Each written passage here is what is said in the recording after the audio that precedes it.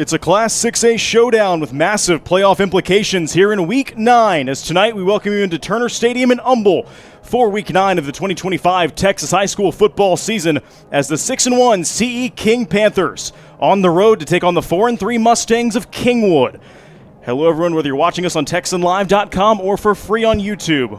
Welcome into the Dave Campbell's Rising Game of the Week broadcast booth. I'm Gavin Moritz, and joining me as always, Dave Campbell's own Carter Yates, along with our Director of Recruiting, that's GP, it's Greg Powers. Carter, we'll start with you, of course. 23-6A here in District. It's loaded, and, well, through 7 games, CE King has been one of the most impressive teams of the season across the state. On the other side, Kingwood fighting in kind of that 4 or 5 spot in the playoff mix. Gavin, you mentioned massive playoff implications. And in District 23-6A, the toughest district in Class 6A in the state of Texas, every week is a playoff game.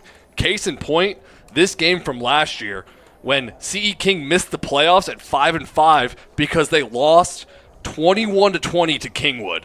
Kingwood gets into the playoffs by 1 point and then goes 4 rounds deep, showing you how deep and loaded this district is. I'm so excited to see if CE King can attempt to get their revenge tonight with new coach Corey Laxon. Powers, we go to you. CE King, 3 words, so much speed, right? And in Kingwood, plenty of high-end talent, although some guys for the Mustangs are banged up. But either way, both teams have guys to watch tonight. Well, first and foremost, I'm going to touch on that CE King speed and a guy that you need to know in this game, and that is number 3, Dion Sims, running back, just fresh off his commitment to Rice. He committed today after decommitting from SFA yesterday. And 2028 athlete Dylan Mitchell. He's a world-class speedster. He has a chance to be one of the fastest players I've ever seen with my own 2 eyes. On tape, he's as fast as Jakeem Grant at Mesquite Horn, who had a terrific career at Texas Tech and, of course, in the NFL, namely for the Miami Dolphins. Kingwood is without a couple of its stars, though. Kennedy Brown is the second most offered player in Texas in the class of 2027 with over 40 offers. He's sidelined with a foot injury tonight, and they're without linebacker Cade Hogg, who is going to be missing this game as well. He's got about 20 offers in his own right. But they're going to need a lot from Kai Webby tonight, a guy that I think has plenty of speed, and he's one of the top return guys in the entire state. So can they get it going on special teams? Texas Tech, UTSA, Army, and Louisiana Tech have already offered Webby. And as you see, Kingwood is already lined up here on the home sideline at Turner Stadium in Humble. CE King just came out. And we'll take you down to midfield now for the national anthem. Be back after this here in the DCTX Rising Game of the Week.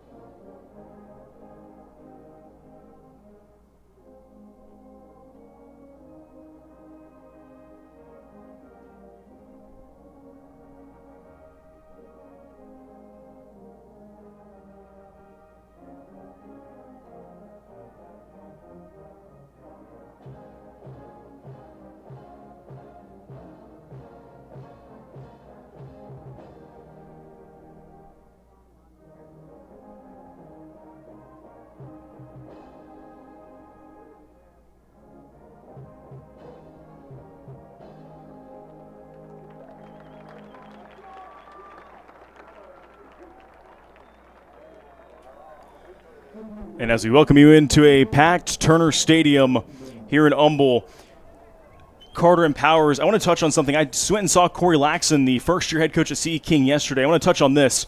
We mentioned CE King, right? They're 4-0. They're at the top of 23-6A along with North Shore. Well, they play next Friday on Halloween. That's going to be essentially the district championship, right?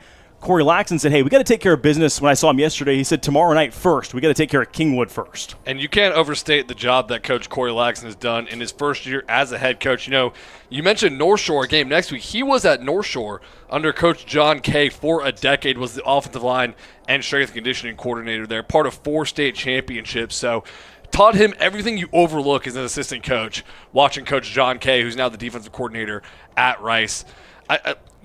CE King is number 13 in Class 6A, so they're just outside of the top 10, and they beat Atascocita for the first time ever in Week 5. And in one of the more impressive coming-out parties, I think that caught all of our eyes in a 70-55 victory. So CE King has got the juice this year. Yeah, and we were at the Arlington-Seguin-Argyle game a few weeks ago when CE King put its foot on the gas pedal and scored 42 points in the first half to take down Summer Creek, a team that we thought had full control in this district. I guess if North Shore's in it, CE King's in it, Kingwood, etc., Atascocita, that there's nobody that's ever in complete control of this district because it's so tough. But to your point, Gavin, I think this could be a dangerous game for CE King because Kingwood's backs are against the wall, right, in district play. And if they get caught looking ahead to North Shore, this is too dangerous of a team to do that on. Kingwood, a team with plenty of talent that will receive here to open up the first half. Kingwood, of course, the Mustangs led by Cale Melton. He's been here as the head coach of the Kingwood Mustangs since 2020. And Cale Melton, a guy that knows how to win big games himself, he was the defensive coordinator before he came to Kingwood up at Highland Park. He's got the championship pedigree. Yes, he does, and he'll have his work cut out for him tonight on this Kingwood team because they have such a strong culture, but not a lot of bodies out there tonight. You know, Coach Melton in our pre-production meeting likened his team to that meme we've seen circulating online of, you know, here come your San Francisco 49ers, and they all come out in wheelchairs and crutches because his team has just been snake bit this year with injuries. They've lost 3 starting offensive linemen this year, including Kennedy Brown, the number 1 rated offensive tackle in the country. Cade Hogg, who has 10 offers at linebacker, has an AC joint sprain, so will be out tonight. And the center, Hudson Mock, who just committed to McNeese State, is an all-district player, won't be playing. It even got to the point where their backup quarterback broke his ankle last week just messing around playing catch at the field. It's just been one of those seasons from Kingwood, but I can guarantee you they're going to fight out there tonight because their backs are against the wall. I'm counting 8 guys that are in non-contact Kingwood gear on the sidelines, and those guys are all very important to this team. But the thing that I loved in the pregame is Mock, Hogg, Brown. Those guys were instrumental in getting the team fired up for this game. They know how big it is. Yeah, Coach Melton said they have early morning practice at 4:50 every morning, and Kennedy Brown is right out there with the team in warmups. And you saw that tonight, Powers, on the field pregame. He's on the cart out there just right. You would think he's suited up ready to play tonight. Yeah, he wanted to play. I think if they would let him wheel that cart out there, that he'd try to go out there and get himself a pancake. And with the opening kickoff from CE King off the foot of Christopher Hernandez, we are underway in Humble. Kickoff fielded back inside the 15-yard line by Kingwood. On the return, and making it up there is Cam Richardson, the senior reserve tailback, across the 25-yard line. Out comes the Mustang offense. They're led by Landon Henson, the junior quarterback, along with a couple of stout receivers in Josh Vogt, Jace Byers, Kai Webby, a guy that Powers likes a lot, and the running back is Xavier Montez. And Webby, number 13 on your screens tonight. He's 7 receptions away from breaking the all-time single-season Kingwood receptions record, so something to keep our eye on throughout the course of this game. Kingwood comes out, first play from scrimmage, 1st and 10 from their own 26-yard line. The handoff on the first play from scrimmage, maybe a gain of a yard to the 27. On the carry, Xavier Montez, his 34th carry of the season. And I'm really looking to see how the Kingwood offensive line holds up tonight. Only one senior on this group. It is the right tackle. Looking at number 66, Noah Snowden, the junior, stepping in at center. A lot of guys in new spots tonight. 4 wide for Kingwood, 2nd down 9, dropping is Henson.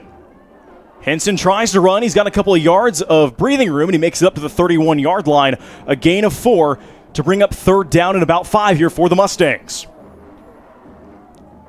And so Landon Hinson there stepping up in the pocket, his 33rd carry of the season. He's got a touchdown on the ground to pair with 20 passing touchdowns to 6 interceptions, and now Kingwood faces 3rd down and 5. Looks like Webby is coming up to the top of your screen in the slot. Keep an eye on him. A minute gone by, first quarter.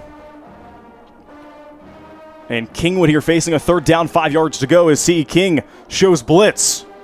Hinson, middle, caught by Webby, and that play blown dead at the snap. Here's our referee, Greg Maxwell. False start called against the left tackle, Colin Durkin, the junior. And that's part of the growing pains that come with an offensive line with 3 new starters in tonight. Hope to see Kingwood work out those kinks early so they can stop getting in their own way as this game goes on. And C.E. King is a team that hits the ground running in each and every game. They don't waste any time trying to put points on the board, so you don't want to get behind early in this one. 10:40 to play opening quarter. Kingwood backed up now to a 3rd down and a long 10 from their own 25-yard line. Play fake, Hinson. Hinson airing it out down the far sideline. It is incomplete at the fingertips of Jace Byers. 4th down coming up, Kingwood to punt. I will say, keep an eye on Jace Byers tonight because he has lit it up in the past 2 games. Back-to-back 100-yard games with 257 yards and 5 touchdowns. So Byers has stepped up big time for this Kingwood offense. And now on this punt return, you're going to see the speedster, Dylan Mitchell, a class of 2028 guy, number 1. He has great track times, but his pad speed is definitely noticeable. Everyone get on the edge of your seat here. High snap for Maverick Bjornstad, the punter who gets it up and away. That one a very high end-over-end kick that takes a Kingwood hop out of bounds right at midfield at the 50-yard line. And that one not even close to being returnable for Dylan Mitchell. I wouldn't kick it to him.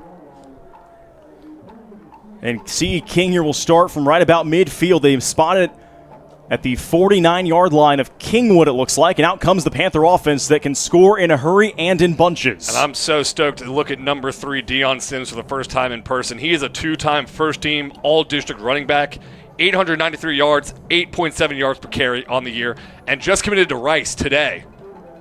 The quarterback in the shotgun is Timothy Potts, the senior. Play fake Potts, firing middle, that one incomplete. Flag back down at the line of scrimmage as the pass fell off the hands of his intended target. As he was trying to connect, it looks like, with Calvin Carter.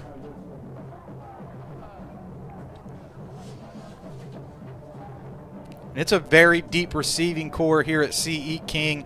Number 15 not out there with this starting lineup, Braylon Lane. Already a ton of offers as well, so they have a deep rotation here, a lot of talented guys to move in and out of this offense. Penalty win against Kingwood. Now it's 1st and 5 from the 44-yard line as Potts drops. 1st down, Potts, shot way downfield, man open, touchdown, C.E. King. Getting behind the defense on their first play is Dylan Mitchell. And I love the speed that he brings to the table. We talked about that, and I always think about him as a gadget style of player on the offense who can be moved around to create mismatches. And they found a mismatch right out of the gate as he matched up with the defensive back that he ran right by. Well, Coach Corey Laxton said you don't find many sophomores with this much talent and their heads still squarely on their shoulders. You know, he has seen a lot of kids with the talent Dylan has feel like they're untouchable. And yes, he's untouchable on the field, but he's also the most humble kid you'll ever meet off of it. How about this offer list, Carter? Arizona, Arkansas, Auburn, Baylor, Florida, Florida State, Georgia, Houston, Ole Miss, Tennessee, Texas A&M, Texas Tech, etc. That's the type of schools that are coming after this guy. Are you out of breath yet, Powers? Man, that was a long list. I skipped over some of them. I know Kingwood's out of breath after trying to defend him on that first drive. And so C.E. King started that drive at the 49-yard line, plus territory right across midfield into the Mustang side of the field. They get a penalty. It moves up to a 1st and 5 from the 44. Timothy Potts let it fly, and he found Dylan Mitchell for a 44-yard score as C.E. King strikes first with 10:13 to play opening quarter. Yeah, and Timothy Potts, the quarterback, he's very close to 1,000 yards. He actually might have just gotten it on that throw. Now 16 touchdowns and no interceptions on the year. But even more than that is his leadership for the C.E. King Ball Club. I know that Corey Laxton said that both Potts and the backup quarterback are big-time leaders for this program. Jeffrey Randall, Their voice, kids listen to them in the locker room. Work ethic is off the charts. Ensuing kickoff here from Christopher Hernandez sails into the night sky. Kingwood will field it back at the 11. Richardson on the return, spinning out of trouble, really nowhere to go, and he's corralled near the 17. And Kingwood's drive, their second on the night, will start backed up inside their own 20. And I'm looking for a sustained drive right here. You want to pick up some first downs because the best defense against this CE King offense is keeping them off of the field. This is a juggernaut. You're talking about when you're watching college football, teams like Oregon, teams like Ohio State. Those are the type of teams you don't want to put the football in their hands. So good sustained drives is going to be instrumental to the success that Kingwood may have tonight. Brings back out Landon Henson in this Mustang offense, starting 1st and 10 from their own 18. 10:04 to play, quarter number 1. They motion the running back. That's Xavier Montez. Henson steps up. Henson fires. It's low, and it's dropped at the 40 off the hands of Kai Webby, the junior. Well, the throw was a little low, but I love the pocket mobility from Henson, stepping up, feeling the rush coming off the right side, and actually a pretty good ball, just couldn't connect with Webby there. They're going to have plenty more chances for that tonight. There's been some space on some of these plays for these Kingwood wide receivers. As Kai Webby there found a little bit of space, Henson put it right in his elbow, unable to be caught by Webby. Here they sling it out and blown up immediately after making the catch. Nowhere to run that time on the design screen, and CE King read it all the way.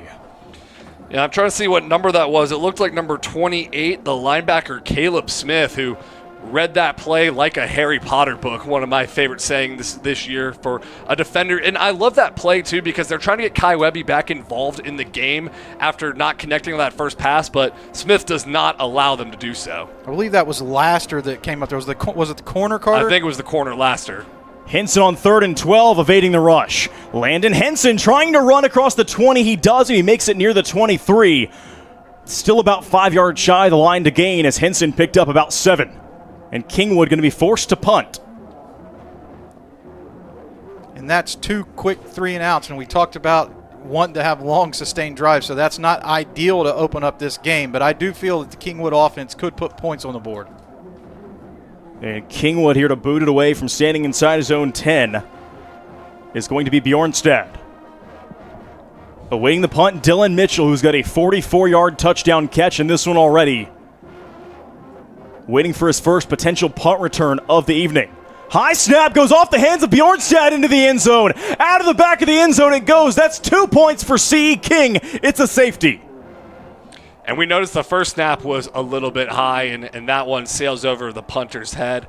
Just an unforced error for Kingwood. And when you're playing down and a lot of guys are injured, you do not want to see those. You don't want to make it any harder on yourself than it already is. Good news is that flies out of the back of the end zone. It's just 2 points. So now 9-0 deficit. And CE King here will receive the free kick from Kingwood as a result of the safety that has now made it 9-0. Now a 2-score lead for CE King. Sometimes you're sitting at home and you're watching these games, the scores roll in, right, on Friday or Thursday night, and you're wondering, hey, how's this happening so fast? We're getting the first look at how explosive CE King can be on offense. 2 plays. Well, I guess we don't really count the play because there's a penalty. Touchdown on the first offensive snap that counted, and now a safety. They've already got 9 points, and there's 8:36 left to go in the first quarter. That's why this team scores so many points week to week. Kingwood here to send it away to CE King, the deep man, Dylan Mitchell.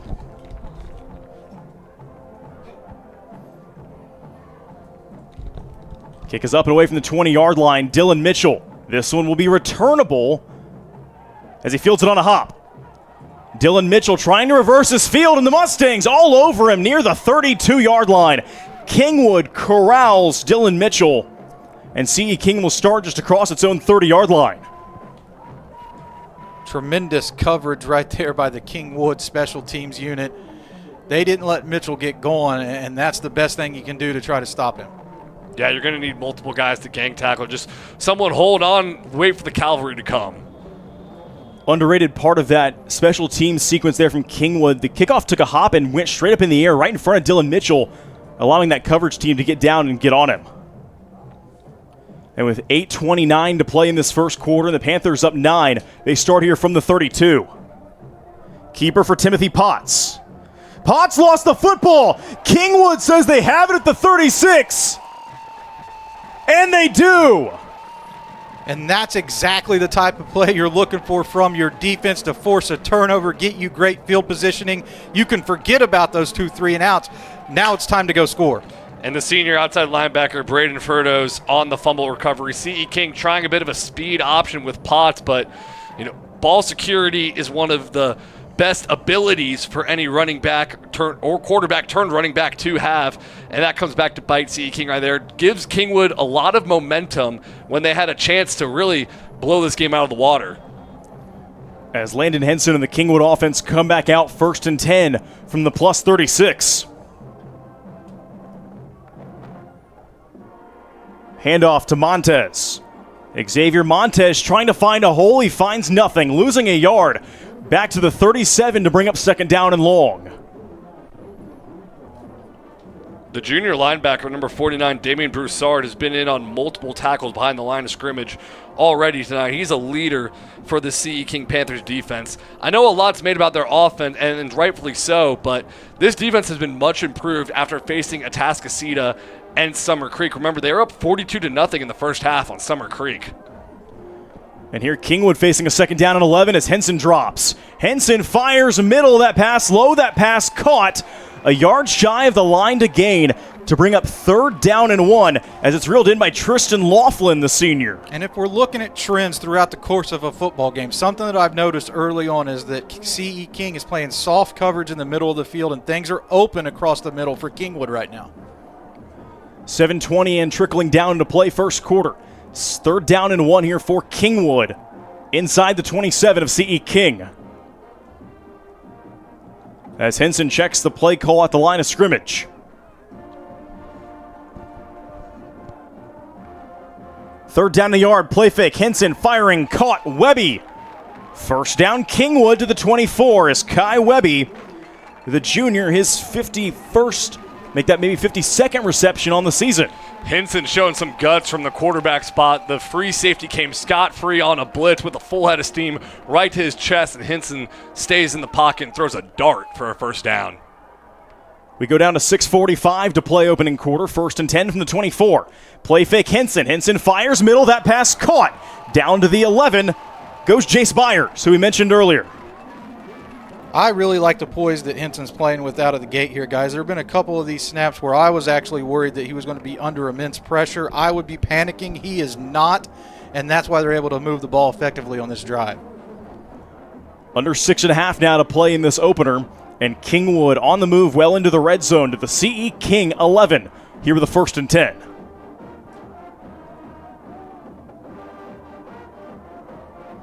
Three receivers bunched to the right of Henson as they motion the tailback. Dumped off, reeled in with one hand, ahead of steam, into the end zone. Touchdown Kingwood from 11 yards out. It's Cam Richardson. Mustangs on the board. Wham, bam, thank you, Cam. Getting Kingwood on the board looked like he was dead to rights behind the line of scrimmage from the C.E. King defense, but that scat back just got into the end zone, brushing off defenders. We talked about their backs being against the wall before this game even started. It was even more so down 9-0.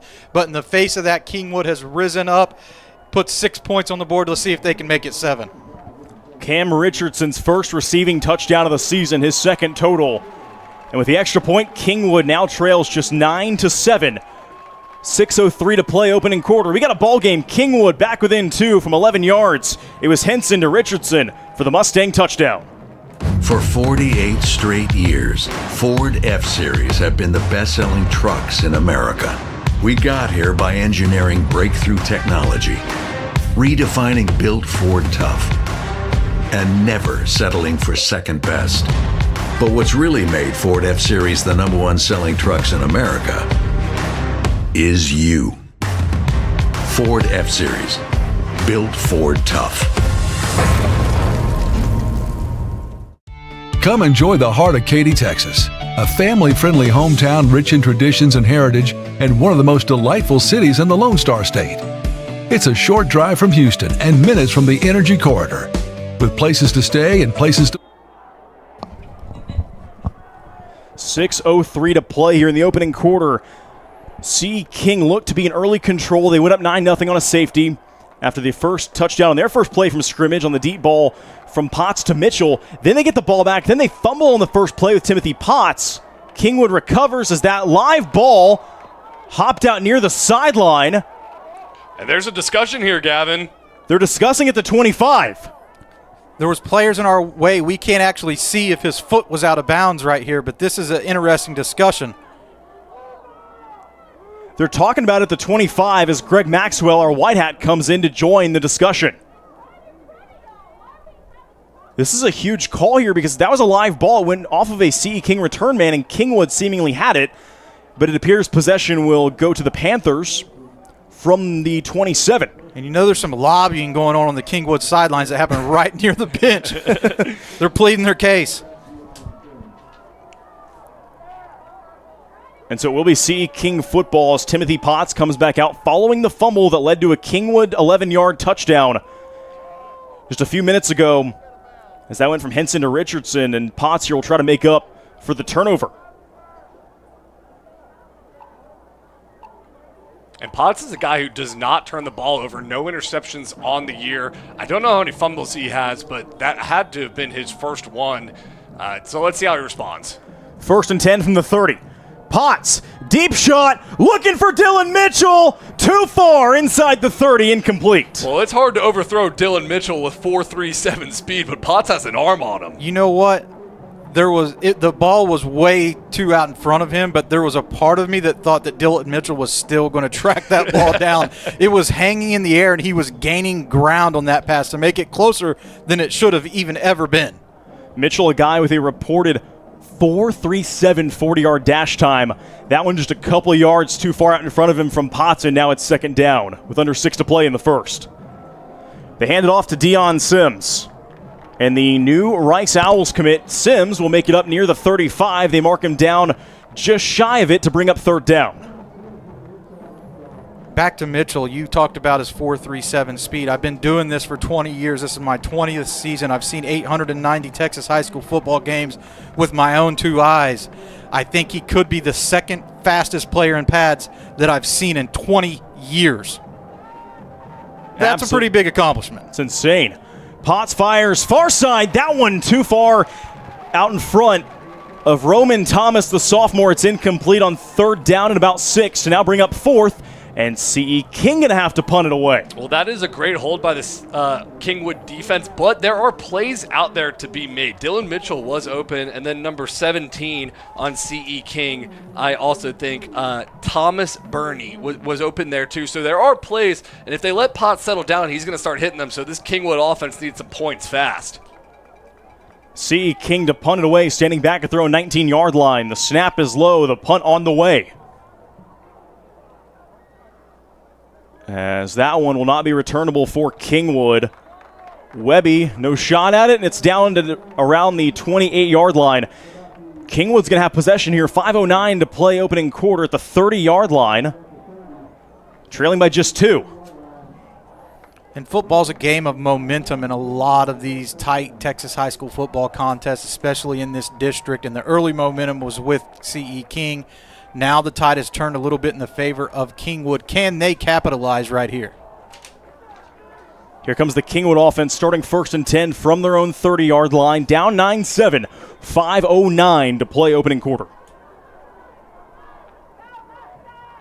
First play of the new drive for the Mustangs. It's a draw going to Montez.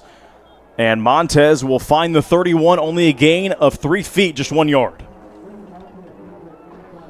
It looked like number 97, Dominic Toulon, the senior, in on that stop. He's the defensive line linchpin for C.E. King, has played since his sophomore year, and Coach Corey Laxton said he's one of the leaders on this team. Only a gain of a yard there for Montez. Now it's second down and 9 as Henson fires far side. Pass caught. That ball is out. Kingwood's going to turn this one over as C.E. King seemingly recovers at the 26, and they do. And that was a really close play right there. I think that if we were in the NFL, we'd see a review, see if it was actually a catch. Did he get 2 feet down before he fumbled it? questions in the air, but the ref said, yes, CE King's got possession. And nevertheless, hell of a play by Kadrian Edmond to just absolutely flip momentum. We mentioned it before. CE King, there are plays to be made on this offensive side that they just didn't hit on that last drive. Kingwood needed points to keep up in this game, but now you give the offense, who has had a fumble and a few missed passes, some life near your red zone and a chance to bounce back. 4:35 to play in the first. 1st and 10, CE King from the Kingwood 26. Potts near side, that pass caught. Spinning up the sideline, hammered out at the 15. It goes Joshua Hayes, the junior.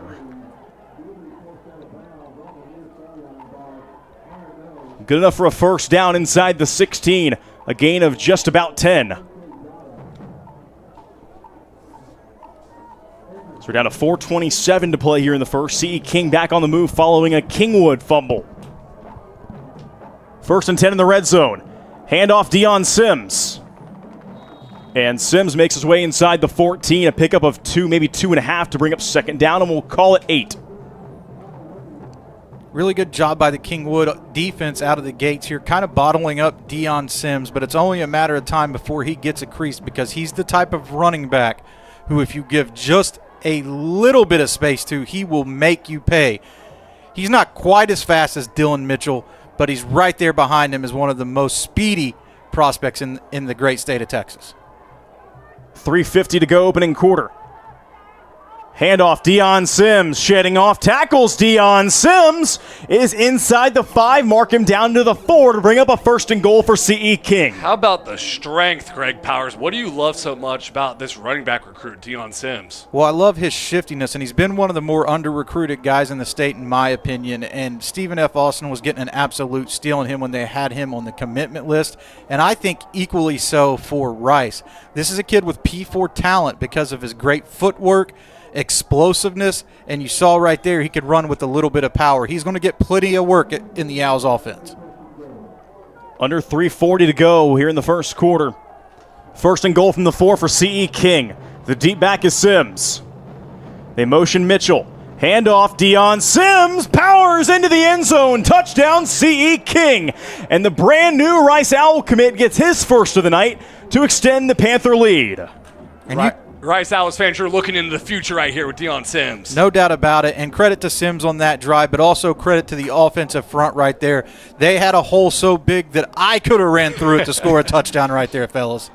Deion Sims, the senior, heading down to South Main next year now to play his collegiate football. His 16th rushing touchdown of the season. And this one now 16-7 in favor of visiting CE King.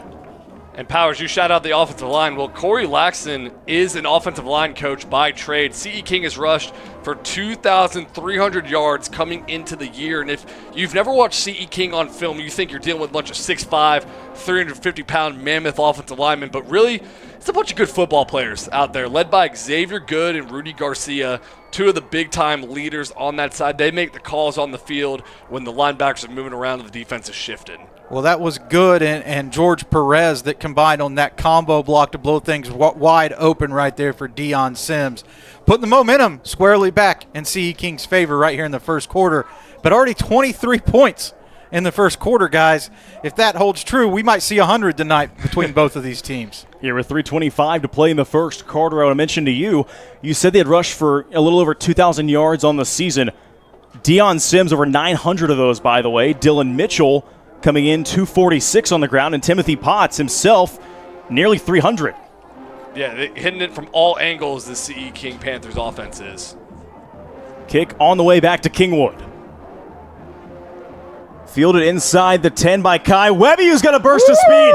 Here goes Kai Webby inside the 40. One man to beat. Webby tracked down to the 15. And unfortunately for Webby, the only man that he had to beat was the fastest guy on the field, Dylan Mitchell, making a huge play in special teams to keep Kingwood out of the end zone. We'll see how that now plays out throughout the course of the game. That could have been a game-winning tackle. Those two guys made everyone else look like they're moving in quicksand out there. Yeah, that was amazing, man. That's why I come to these DCTX Rising Games of the Week for all these top-tier prospects. Texas is so loaded. And Kai Webby somehow one of the more underrated, perhaps, recruits. maybe in this district somehow, and that time he returns it down to the CE King 14, and Kingwood going to set up shop in the red zone. And Webby's going to have plenty of attention to come his way. He's already got 4 scholarship offers. He's picked up early offers from Texas Tech, UTSA, Army, and Louisiana Tech, but more are coming. Bootleg Henson. Henson fires. That pass is caught. And it's going to be right at the pylon. That's a touchdown for Kingwood on the first play after the big return from Webby. It's a touchdown strike from Henson to Laughlin. Greg Powers, the 100-point call, might have been on the lower end based on how these offenses are moving tonight. Yeah, there's plenty of speed out here, and that's hard to combat, whether you're playing special teams or playing defense. When these guys get the football in their hands, big things can happen, and this is now a boat race, fellas. And Tristan Laughlin is such an interesting story for this Kingwood offense and this team, really. I'm looking at him because he is a senior tight end who is 6'5". He was 6'1" last year. A late bloomer who now has grabbed college coaches' attention. Coach Cale Melton was telling us. So this is the guy you'll see playing Saturdays. Tristan Laughlin, who just caught his second touchdown of the season, coming in just 9 catches, 105, about 11.7 yards per reception. Now he's got 2 touchdowns, but he also serves right now as the backup quarterback to Landon Henson, so a guy that's very versatile in this Mustang offensive front. And he used every bit of that 6'5" to make sure that he got across the goal line there. He needed every inch. Interesting to see here now, Gavin. Is this a game that Kingwood or CE King tries to slow down? I think these guys are going for broke. I think so as well. I mean, both these offenses are so explosive, but really it's been special teams has been the difference on the field here tonight. You saw Kingwood, it's gone both ways for them. They had a high snap that resulted in a safety on a punt, but then Kai Webby on that kick return set up that touchdown. And here's CE King, perhaps, if they can return it, trying to make maybe a splash play of their own on special teams. With 3:02 to go in the first, it's 16-14. CE King, Panthers to receive. Kick will be fielded at the 10 by Dylan Mitchell. Mitchell to the 29, not much else, but a good return nonetheless, just shy of the 30, and Kingwood meets him right there. And here's why it's so unfair, because Dylan Mitchell is the deep man, and Deion Sims is the up back. So if you're right, you're wrong, and if you're wrong, you're screwed on special teams. But Kingwood has done a marvelous job so far on kickoff coverage. It's been feast or famine in special teams for both teams. And you remember on the last kickoff, it was almost recovered by Kingwood. So there's been a lot of gaffes and a lot of big plays in the special teams unit so far. Off coverage for Kingwood on 1st and 10. CE King from their own 29. They try to motion Sims, and a flag is down at the line of scrimmage.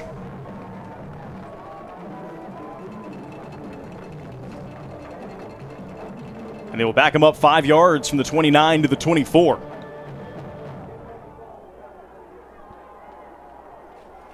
Here with 2:56 to play in the first and a 2-point game, the safety so far has been the difference essentially. Otherwise, it would likely be a tied game. 1st and 15 here from just across the 23. The handoff to Sims. Sims lunges forward to the 28. Nearly gets all 5 of those yards back. It'll bring up 2nd down and 11.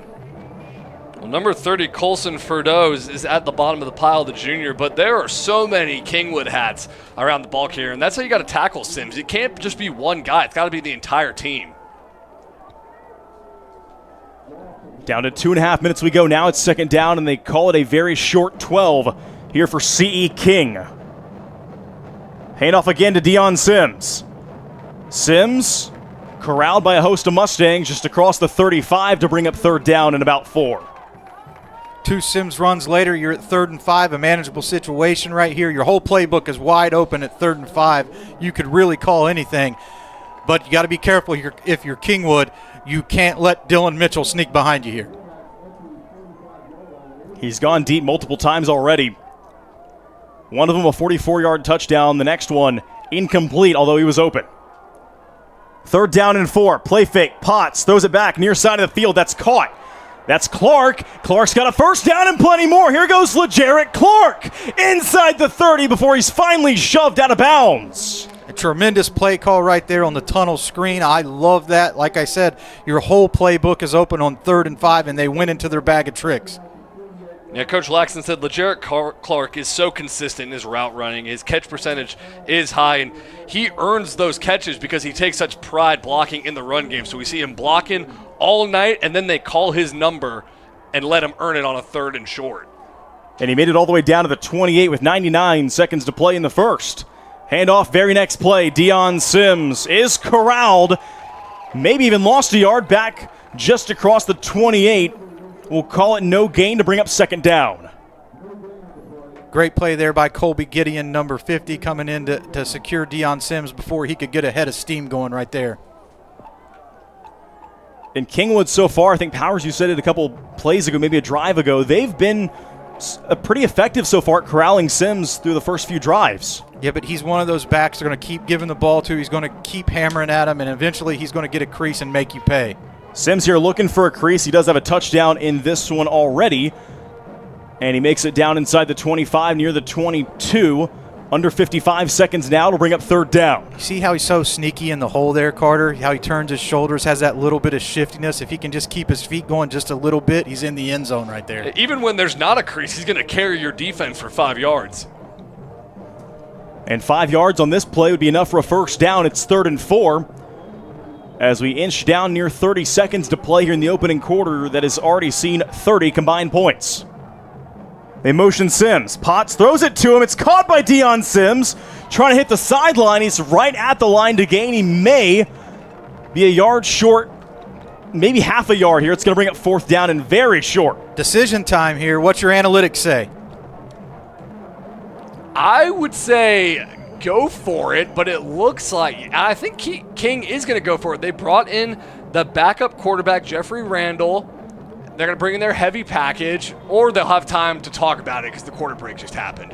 But before we go to break, Gavin, I mean, that was an awesome read by Darnell Bradley, number 30 out there for Kingwood, because the 2 outside receivers on that left side are running slant routes to try to bring those defensive backs across the middle of the field and open up Sims on the left side. But Bradley read it so well and was not fooled. We have played a quarter here at Turner Stadium in Humble. We go to the second here in the DCTX Rising Game of the Week. CE King 16, Kingwood 14. Back in a moment. Come enjoy the heart of Katy, Texas, a family-friendly hometown rich in traditions and heritage and one of the most delightful cities in the Lone Star State. It's a short drive from Houston and minutes from the Energy Corridor. With places to stay and places to play, anything you'd like to eat, and an old town charm that can't be beat. Activities and fun for the entire family. Enjoy the best of both worlds in the City of Champions, Katy, Texas. For more information, go to cityofkaty.com.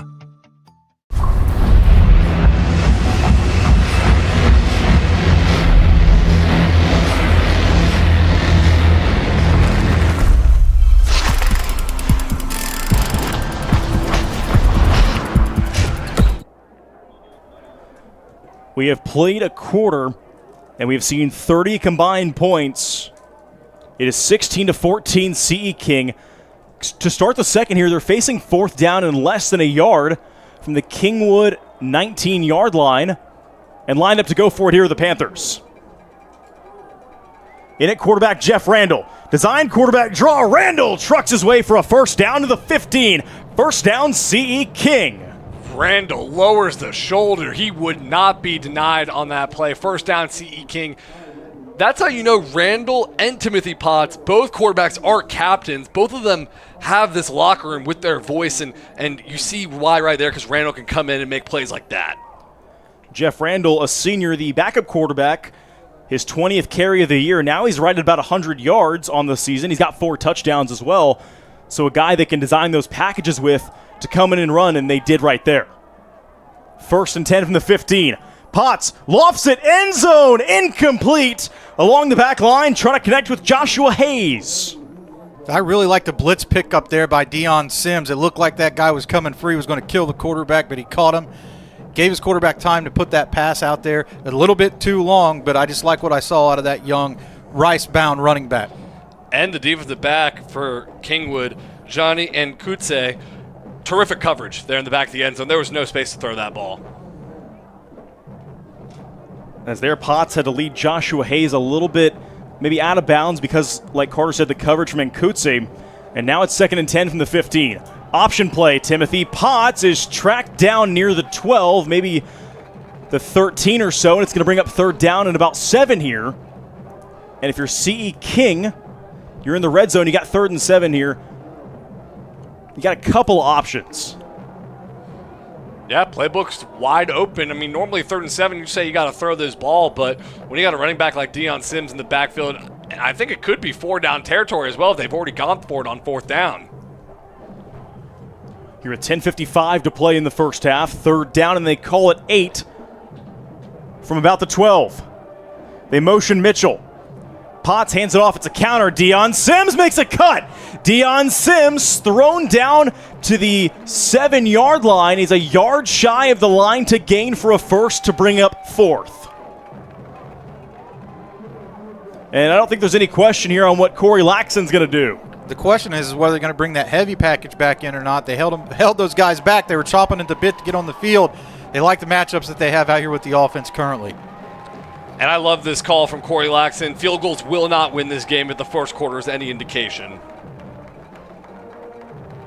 Yeah, Braylon Lane along that CE King sideline was ready to come in as part of that package with Randall. And now CE King will take a timeout here on a 4th down and a short 2 with 10:09 to play in the first half. Timeout brought to you by the city of Katy. And not a lot to think about here, I would think, in terms of what they're going to do in terms of going for it, but a lot to think about on the play call. And they brought in Jeff Randall, the backup quarterback, on that first 4th. And what really was 4th and 1, but 4th and about the nose of the football. This one's 4th and a long 2. So I don't know if they're going to bring in the heavy package, but you basically have the heavy package on at all times with Deion Sims back there in the backfield because he can pound the rock. Deion Sims, a walking heavy package himself, just a guy that knows just how to pick up chunks of yards at a time. He's done it already. He's not the biggest guy on the field, but he runs like he's the biggest guy on the field. He has that swagger. He carries himself like he knows he's the best when he steps out there in the pads, and that's how he attacks every play. And so here, 10:09 to go, second quarter. Like we said, 4th down and right about 2 yards to go. For CE King, they're going to go for it here. Corey Laxton says a field goal won't do. Here inside the 10. Sims hands it off to Dylan Mitchell. Mitchell's got the first down. Mitchell down inside the 2. 1st and goal coming up for CE King. I knew Mitchell had the speed. I didn't know he had the power as well. Yeah, that was an impressive run, and when you have multiple options like that all across the offense, it makes the defense have to guess what they're going to defend. They guessed wrong there. Mitchell had a little bit of a crease, and he almost dragged that defender into the end zone. 1st and goal here from the 2 for CE King. Randall in at quarterback. Designed to run. Randall lunges into the end zone. Touchdown, CE King. It's Jeff Randall for the 5th time this season. Well, he might be the backup quarterback, but he's the first guy you call when you got a short yardage situation. Jeff Randall with the power gets in the end zone. I really like what I see out of the CE King offense. They do a lot with motion. They have different personnel as they bring on and off the field. It keeps you guessing as a defensive coordinator. They're going to be hard to defend once they get into the playoffs. The extra point from Hernandez makes it 23-14 here in favor of CE King. And the lead is back to 9 for these visiting Panthers. Kingwood to receive, 9:34 to go. First half when we come back.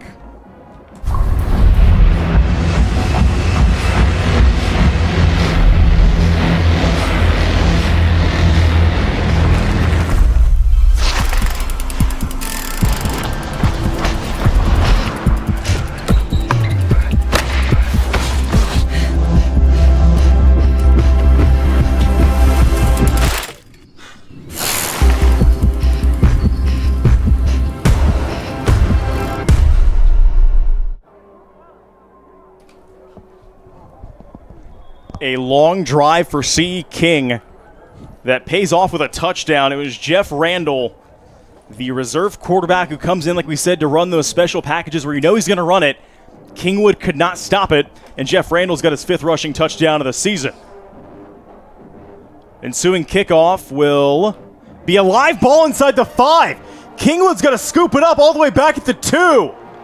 Kingwood did not read that one very well at all. Oh, they thought it was going out of bounds. They thought it was going to be a flag, illegal procedure, get the ball at the 35, and instead you got the ball inside the 10-yard line because it rolled back in towards the field of play.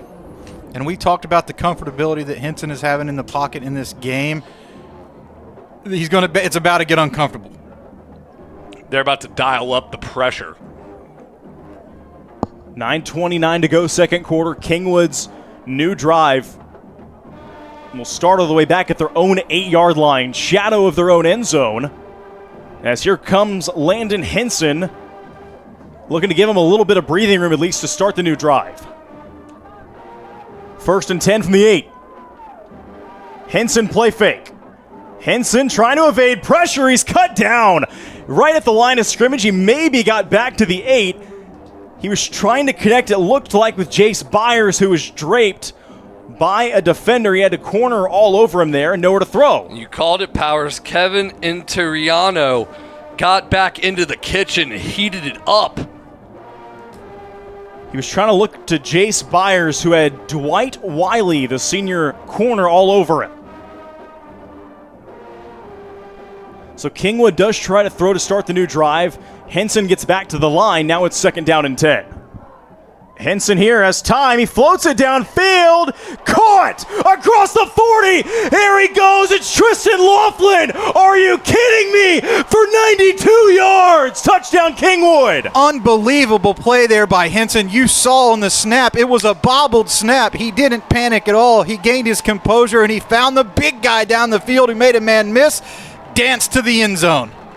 This game is off the rails tonight in Humble. 23-20. We have ourselves a barn burner. 92 yards from Landon Henson to Tristan Laughlin. That one floated right over the hand of a CE King defender. Laughlin made the catch across the 40 or so, did the rest. 92 to the crib. And Kingwood, of course, right back within 2. Henson said, panic? Me? Never. You can't stand the heat, get it out of the kitchen. And Henson doesn't have to. I feel sorry, guys, when I'm not calling these games, I'm usually on the sidelines holding a big camera, marching up and down the field, trying to take photos of these guys. I'm telling you, I would have gotten my steps in already tonight, and I feel sorry for the guys trying to keep up with this game. We're nice and comfy up here in the booth. This one's now 23-21, CE King. But Kingwood, we talked coming in about the big play, quick strike ability from the Panthers. Mustangs there showed off themselves. And CE King is an explosive offense, but their defense has given up a lot of explosive plays. Like with Atascocita, they put up a 70 burger, but 55 points against Atascocita. I know Carde Mack is different, but the defense has been trying to improve. And I know we talked about the Summer Creek win was an eye-opener, 42-0, but Summer Creek clawed and scratched their way back into that game, and it was 42-28 final score. I'm loving what I'm seeing out of the resiliency of this Kingwood team in general. Some of their top players standing on the sidelines nursing injuries. The team has their back against the wall. They said, we got you. We're going to keep you in the game. We're going to try to make a dash to the playoffs, guys. They've answered the call tonight. As that kickoff sails through the end zone for a touchback, out of the reach to the right of Dylan Mitchell. And here comes the CE King offense, and this is an offense for Corey Laxon and his coaching staff, guys. They know they have to keep their foot on the gas pedal here, as they usually do, right? But here, Kingwood, like you said, showing that resilience, and now CE King really has to dial it up because Kingwood's right on their tail, down by just 2. Well, Kingwood's had their backs against the wall before, like when they were a 4 seed in the playoffs last year and went 4 rounds deep, one of the best runs we saw. So this is a team that the culture is intact there with Cale Melton. Kingwood in that playoff run last year to the regional final where they fell to Summer Creek, rattling off wins to open the postseason run against Clear Springs, Fort Bend Elkins, and then Johnny Abair and Strake Jesuit. Yeah, that was a magical run right there for Kingwood. And if you're on the CE King sidelines, the realization is starting to set in right now. You thought maybe you come out and get a quick score, put your throat on their neck and walk away with this game. But now, to a man, everybody standing over there is thinking, we've got to play 4 quarters. We got to play down to down. We got to do everything we can to win this game. First down all the way back to the 20-yard line. They stretch it out down the far sideline, and hopping out with a good gain is Dylan Mitchell. Dude, you never have an angle as a defender when Dylan Mitchell's out there. I thought he was about to score right there. I mean, he was one. He got the arm tackle, got him out of bounds, but he was so slippery. I thought if he could get to the sidelines, he could turn it up. Down to 8:29 to play in the second quarter. Clock is stopped after Mitchell hopped out at the 26. It's second down and 9. Potts fires. That's picked off by Kingwood and going into the end zone for the lead. It's a pick 6 for John Cisneros. What a read by John Cisneros. He sat on that hitch route, makes a pick 6, the defensive play of the game. And for Potts on the CE King side, the first interception of the year comes at an inopportune time. Credit to Cisneros. It looks like he spent time in the film room this week getting ready for this game. It's almost like he knew which route was coming. John Cisneros, the senior, jumped the route. Timothy Potts, his first interception thrown after 16 touchdowns on the season, and Kingwood's got the lead.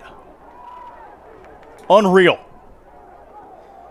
The extra point, CE King may have got a hand on it. It's good either way.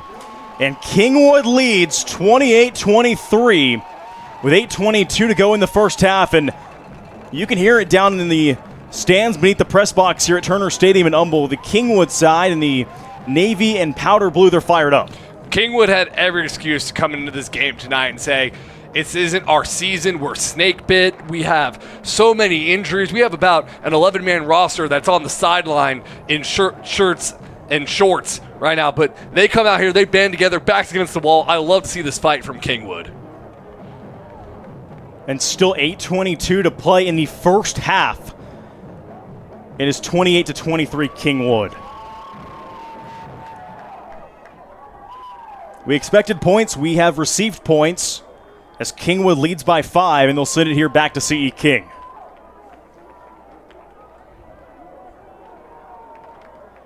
In a game here with, for all intents and purposes, massive playoff implications, especially for Kingwood.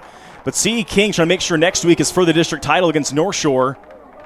That one sails through the end zone for a touchback. So let's talk about this. CE King, if they're undefeated next week against North Shore, who, by the way, plays Atascocita tomorrow night in Galena Park, that could be the district championship. It likely will be, right? But if you're Kingwood, you're still trying to play for that, probably that 4th spot in this district, perhaps. You're still trying to just get in the playoffs.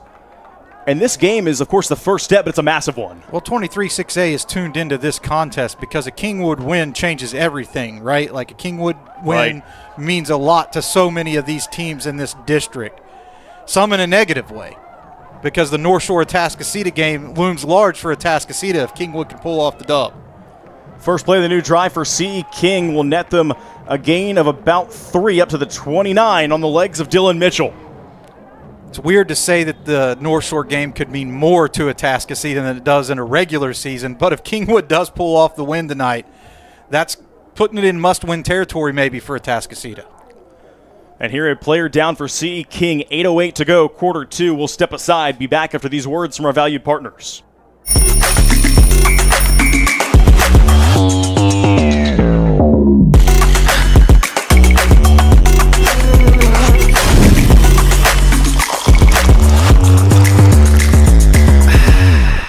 For 48 straight years, Ford F-Series have been the best-selling trucks in America. We got here by engineering breakthrough technology, redefining built Ford tough, and never settling for second best. But what's really made Ford F-Series the #1 selling trucks in America is you. Ford F-Series, built Ford tough.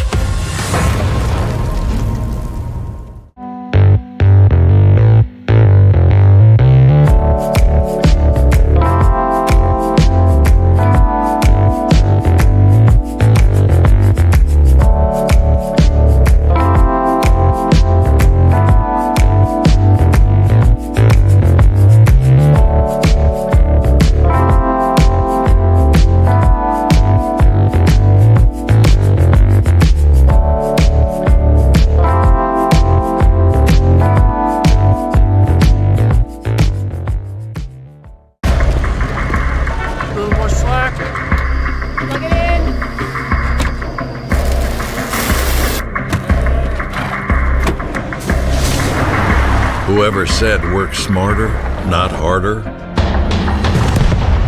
didn't realize you could do both.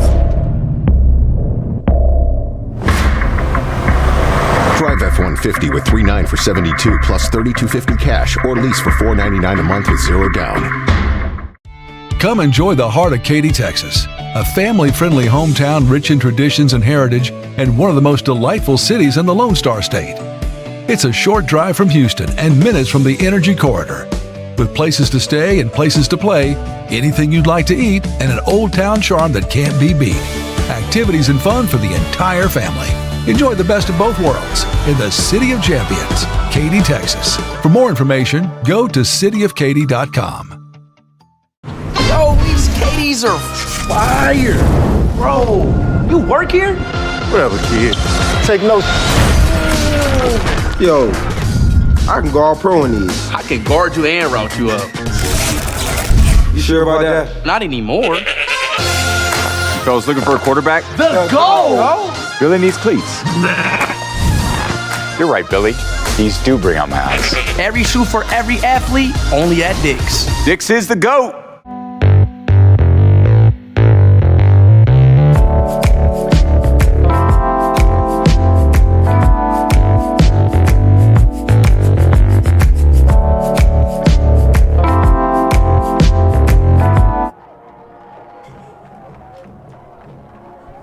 We're back after the officials' timeout. An injured Panther down, the left guard, Justin Thomas. We hope everything's all right with him as C.E. King comes out of the stoppage with a run play, breaking free.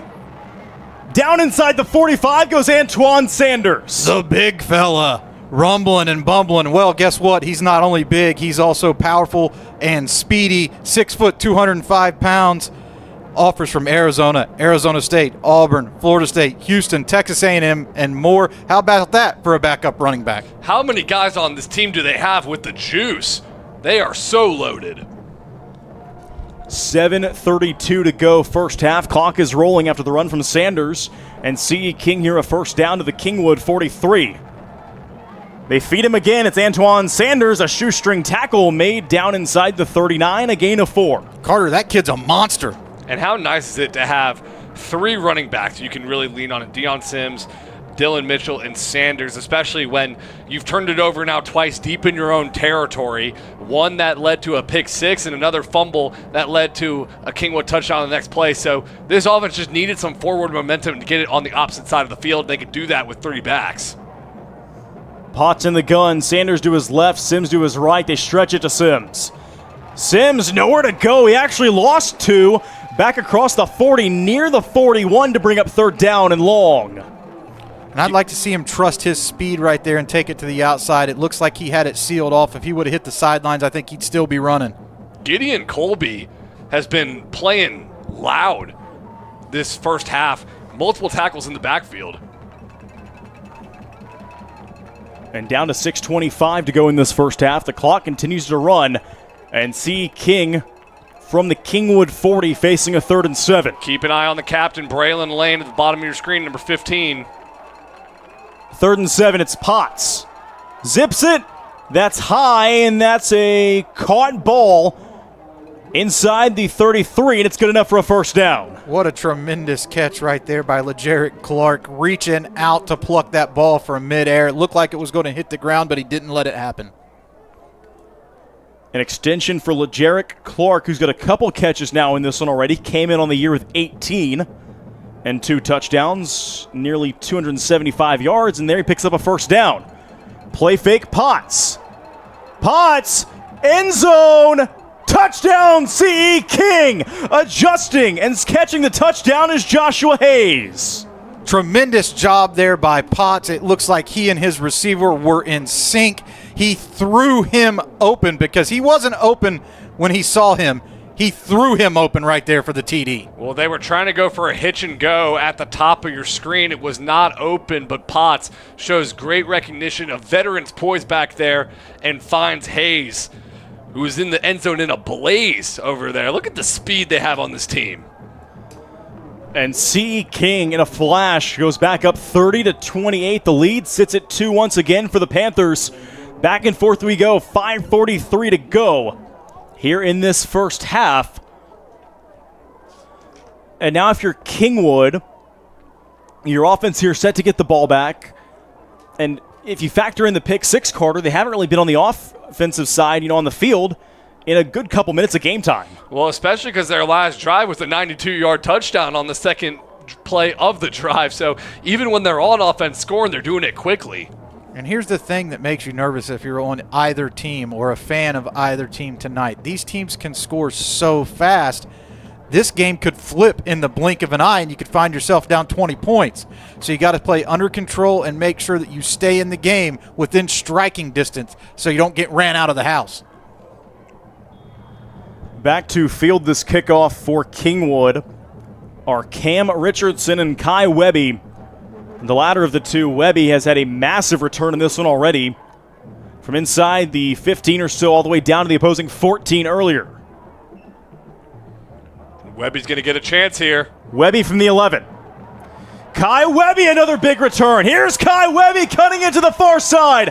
Kai Webby hops out near the 39. Another monster return for the junior.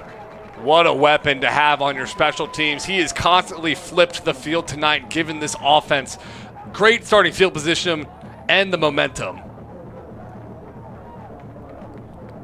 Super explosive Kai Webby, so much fun to watch. Now I want to see him take one of these screen passes and do the same thing.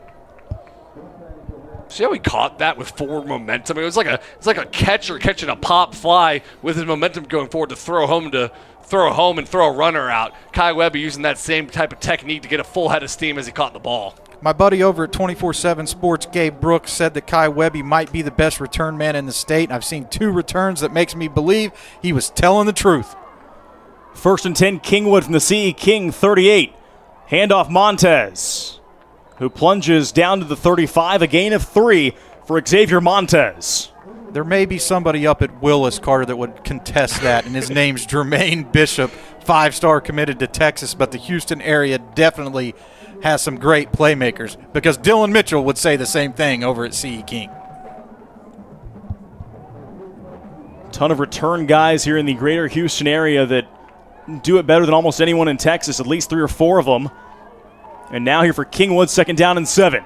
Henson lofts it downfield, passes, juggled, incomplete, flag thrown at the goal line as Jace Byers nearly had a touchdown. Interested to see which way this flag call is going to go because Byers and the cornerback looked like number 6 Dwight Wiley were hand fighting back there. I love the ball that Henson just threw right here. This kid, hey, he's very accurate with his deep passes. Something that's hard to attain at the high school level, but he's dialed in tonight. I believe this one's going to go against Wiley. And Wiley there to the bottom right corner of your screen. Can't believe it. That one was close. Although the yellow marker does go against the corner, Wiley. Carter, am I too defensive-minded if I say that that's a good penalty for the defense? Because if he didn't make that PI, it's a TD.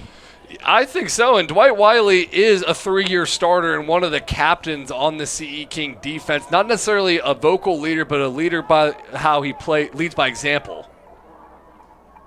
Play fake Henson. Middle, that one a little bit too far in front of Webby, and if it hadn't been, it's a touchdown. Looked like Webby kind of stopped in the soft spot of the zone, and Henson expected him to keep running across the field on a slant. A little bit of miscommunication. Webby could not reel that one in. He had nothing but turf in front of him on his way to the end zone. It's incomplete. And now it's 2nd and 10 here from the 20-yard line with 4:53 to go in the first half. Henson, incomplete, intended for Jace Byers. Great coverage from Wiley. And that's the 3-year veteran bouncing back after a penalty with some tight coverage. Byers has been huge the last 2 games with 5 touchdowns and over 250 yards receiving, but he's been quiet tonight so far because he got a hell of a matchup across from him in Wiley. It'd be a 37-yard field goal attempt if you don't pick up any more yardage right here, so you're looking to try to get the first down, but if you can't, make your field goal kicker a little bit more comfortable. 3rd and 10 right at the edge of the red zone for Kingwood. Henson lofts it, incomplete for Webby. He had him open. And now it's going to bring up 4th down and 10. And if you're Cale Melton here, it all depends on the range of Tom Stoddart, the kicker. Offense appears to be staying on. Huge play call here by Coach Melton. And there are holes in the CE King defense. I mean, that throw, it is almost there and almost a touchdown, if not just a first down. So Hinson just a little off on that throw, but he has been lights out tonight, and I expect that Coach Melton has all the confidence in the world in him. We saw it right out of the gates. It was 2 3-and-outs for the Kingwood offense, but within those plays, you saw that the receivers were coming open across the middle. You saw that there was space for them to operate. So we kind of knew that these guys may have the ability to make some big plays in this game. 4:40 to go in this first half. And they are going to try the 37-yard field goal with Tom Stoddart here. Not only is it a 37-yarder for Stoddart, it is for the lead as Kingwood trails by 2 with 4:40 to play in the half. Stoddart, a junior from 37. Tom Stoddart for the lead. No good. It looked like they had trouble getting the hold down. The snap kind of got into the breadbasket of the holder, and it took a second to put down on the tee. Kind of threw off the timing there. And I'll tell you this, guys. We talked about that there's a new center playing for Kingwood tonight, and I don't know if he's snapping on special teams as well, but that's just something that they're just going to have to overcome throughout the course of this game and the rest of the season. I think he'll get settled in. And C. King, after the missed field goal from Stoddart, starts back at their own 20. Dumped off, Deion Sims, reversing his field. Deion Sims brought down to the 24, a gain of 4, down inside of 4:25 we go. Braden Ferdoz, I don't know how he made this tackle because his momentum was all going to the outside. He stuck a paw out there and grabbed the jersey of Sims to pull him down. The Ferdoz brothers have been making plays out there tonight. I've been impressed what I've seen out of the Kingwood defense, and that's just considering the fact they've given up 28 points. They play tough. 2nd down and 6 from the 24, rolling his Potts. He fires, that's caught. Trucking for a first down. Hopping out near the 35 goes LeJerick Clark. Week in and week out, Carter, we come to these games, we always find a sleeper. We always find a guy that should be generating some more recruiting interest. To me, LeJerick Clark is a guy who not only passes the eyeball test, but he's made some pretty big plays, key plays so far in this game, including a tremendous stretch-out catch on the sidelines. Clock stopped down to 3:52, 1st and 10 from the 35. Handoff and breaking free. Recovering is Antoine Sanders, and he's down near the 30. Powers, I don't know who my favorite running back is to watch tonight because they're all so fun in different ways. Antoine Sanders hits the hole extremely hard, and once he has that momentum, it's almost impossible for a high school level defender to drag him down. He looks like a college guy right now. And that time Antoine Sanders made it all the way down to the 31. 1st and 10 from that point for C.E. King, but not before a false start is called against the Panthers.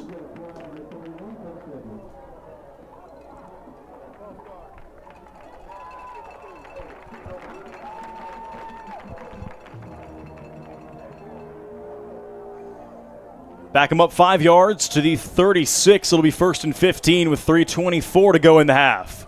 Oh, to be an offensive coordinator where you don't even really have to worry about the 5-yard penalty. Kingwood's defense will try to take advantage. 1st and 15. Antoine Sanders, so hard to bring down, and he gets the 5 yards back just like that to bring up 2nd and 10 to the 31. My body hurts up in the broadcast booth just watching this guy run against the defense.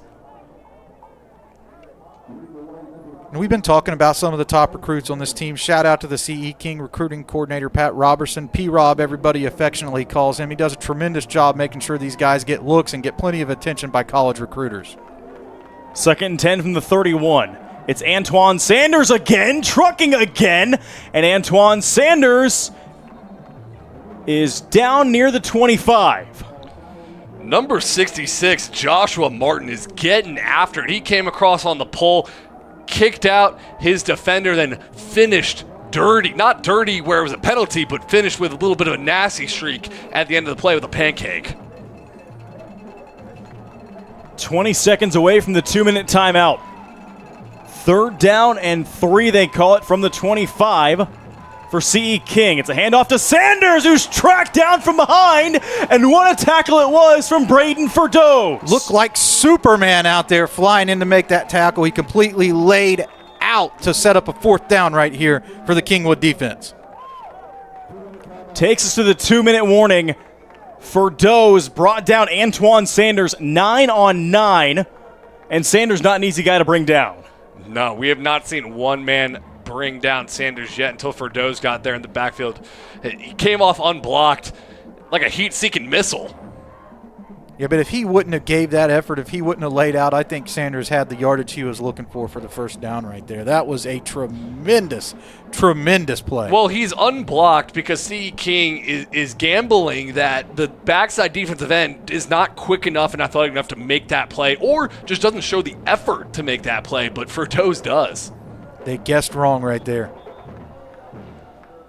It goes in the books as a loss of 2, maybe even 3. Back across the 26-yard line. They call it 4th down here in about 5. The offense will stay on for CE King. To no one's surprise, up by 2 at the 2-minute stoppage here late in the 2nd quarter. Rolling his pots on 4th down. He fires, it's caught, hitting the sideline. 1st down and leveled at the 10. But it's a 1st down picked up either way for CE King. On the receiving end is Darnell Bradley. I love the play action, bootleg action on there with Potts. He has responded so well since throwing the unfortunate pick 6. Just been on the money in these last couple of drives. I'm so impressed with the senior, how he's bounced back from his first interception of the season. I love the play call there, too, getting him outside of the pocket where he can get an angle to complete that pass where his receiver can pick up some yardage after the catch, which ended up being the necessary yardage plus some. Down to a minute 52, 1st and goal from right at the 10 for CE King. Deion Sims gets out of the first tackle. Deion Sims lunges into the end zone. Touchdown, CE King. And it's Deion Sims from 10. Neon Dion did it again, the 2nd touchdown run of the night. He got out of Ferdows' grasp in the backfield and made the rest happen. He just was able to get an arm, and arm tackles aren't going to be good enough to slow down Deion Sims. As a matter of fact, he has a nose for the end zone. Anything in the red zone, Deion Sims is going to try to make you pay if you miss a tackle. The extra point, good, from Christopher Hernandez. And that extra point remains so important as it stretches the CE King lead once again back out to 2 scores. It's a 9-point game. Gavin, you mentioned how important that extra point was to stretch it out to a 9-point game.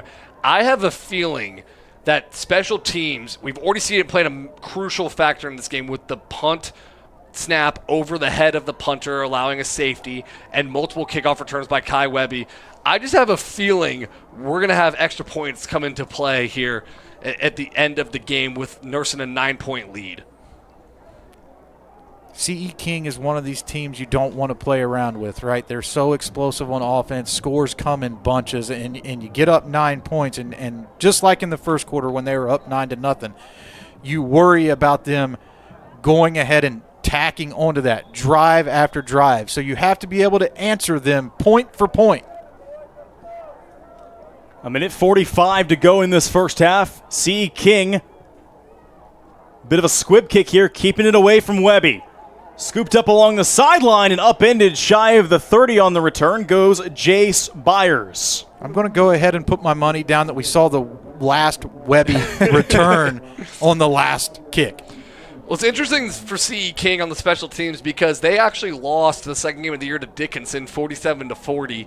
And Corey Laxton said that actually kickstarted, I should say, this run that they've had now 6-1 on the season, but they found out in the game how important special teams is because 2 special teams plays by Dickinson resulted in that win. So special teams has been a big focal point for the CE King team this whole season. And Dickinson is one of those 6A teams this year sitting at 7-0 that team just looks better and better week over week. And there, Henson lost the football back inside the 15. Scramble for it, CE King football. An unfortunate turnover deep in their own territory for Kingwood. It just plain slipped out of Henson's hand. One of those things that, you could throw the ball not 100 times and 99 times, that would never happen. But it does there. And CE King will set up shop. 94 seconds to work with. 2 timeouts for Corey Laxon. Already in the red zone at the 13-yard line. And what a golden opportunity for CE King now in a game that was so back and forth. They could go up now by 16 points if they punch in a touchdown here. Any points here are good points for CE King. As you'll recall, Kingwood took the opening kickoff, so they do get the ball to start the second half. 1st and 10 from the 13. Antoine Sanders will carry a couple Mustangs with him down to the 8, a gain of 5. Power is absolutely correct that CE King will receive the opening kickoff in the second half. And so a chance here for a 2-for-1, already up 2 scores, potentially. There's absolutely 0% chance that they're thinking field goal here, though, if you're CE King. They want 6. As we inch down to a minute. It'll be 2nd and 5 from the 8 for the Panthers. Handoff Sanders. Antoine Sanders walks in for the touchdown from 8 yards out. And that's exactly what the CE King offense brings to the table. You get a healthy dose of Deion Sims to start the game. Come in with the power back Antoine Sanders when the defense is feeling a little bit gassed, and he takes advantage. What a tough run right there by Sanders. It's still mind-boggling that Antoine Sanders is the second running back on the CE King team. They are just so loaded at the skill positions.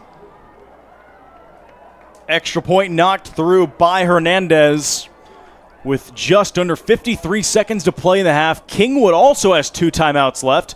They're set to get the ball back. We said CE King probably will not kick it to Kai Webby. We'll see.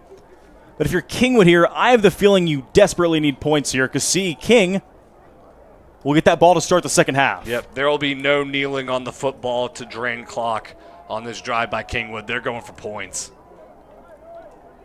Something to keep in mind, fellas, is the 42-0 lead that CE King had on Summer Creek. They didn't score any points in the second half. And that's something that they're going to use to their advantage, or it's a trend about this team we're going to find out in the second half. CE King will kick it back to Kingwood here, another squib kick. That's a live ball inside the 35.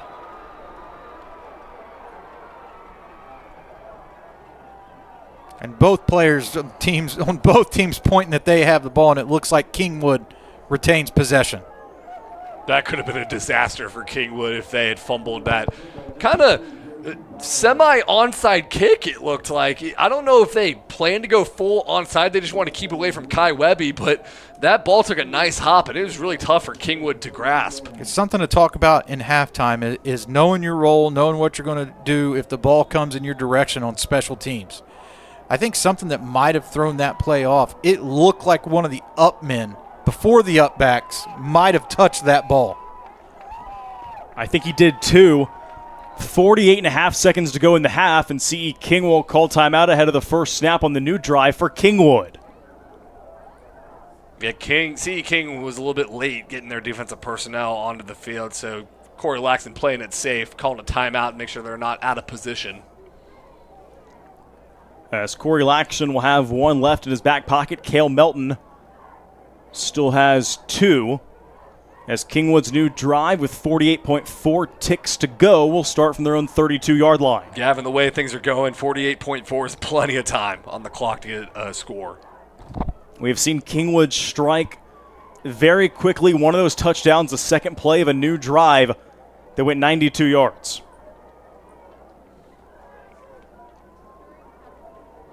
And here for Landon Henson and the rest of the Mustang offense. They sit 68 yards from the end zone, needing points. Trailing 44-28. Under 50 seconds to play in the half.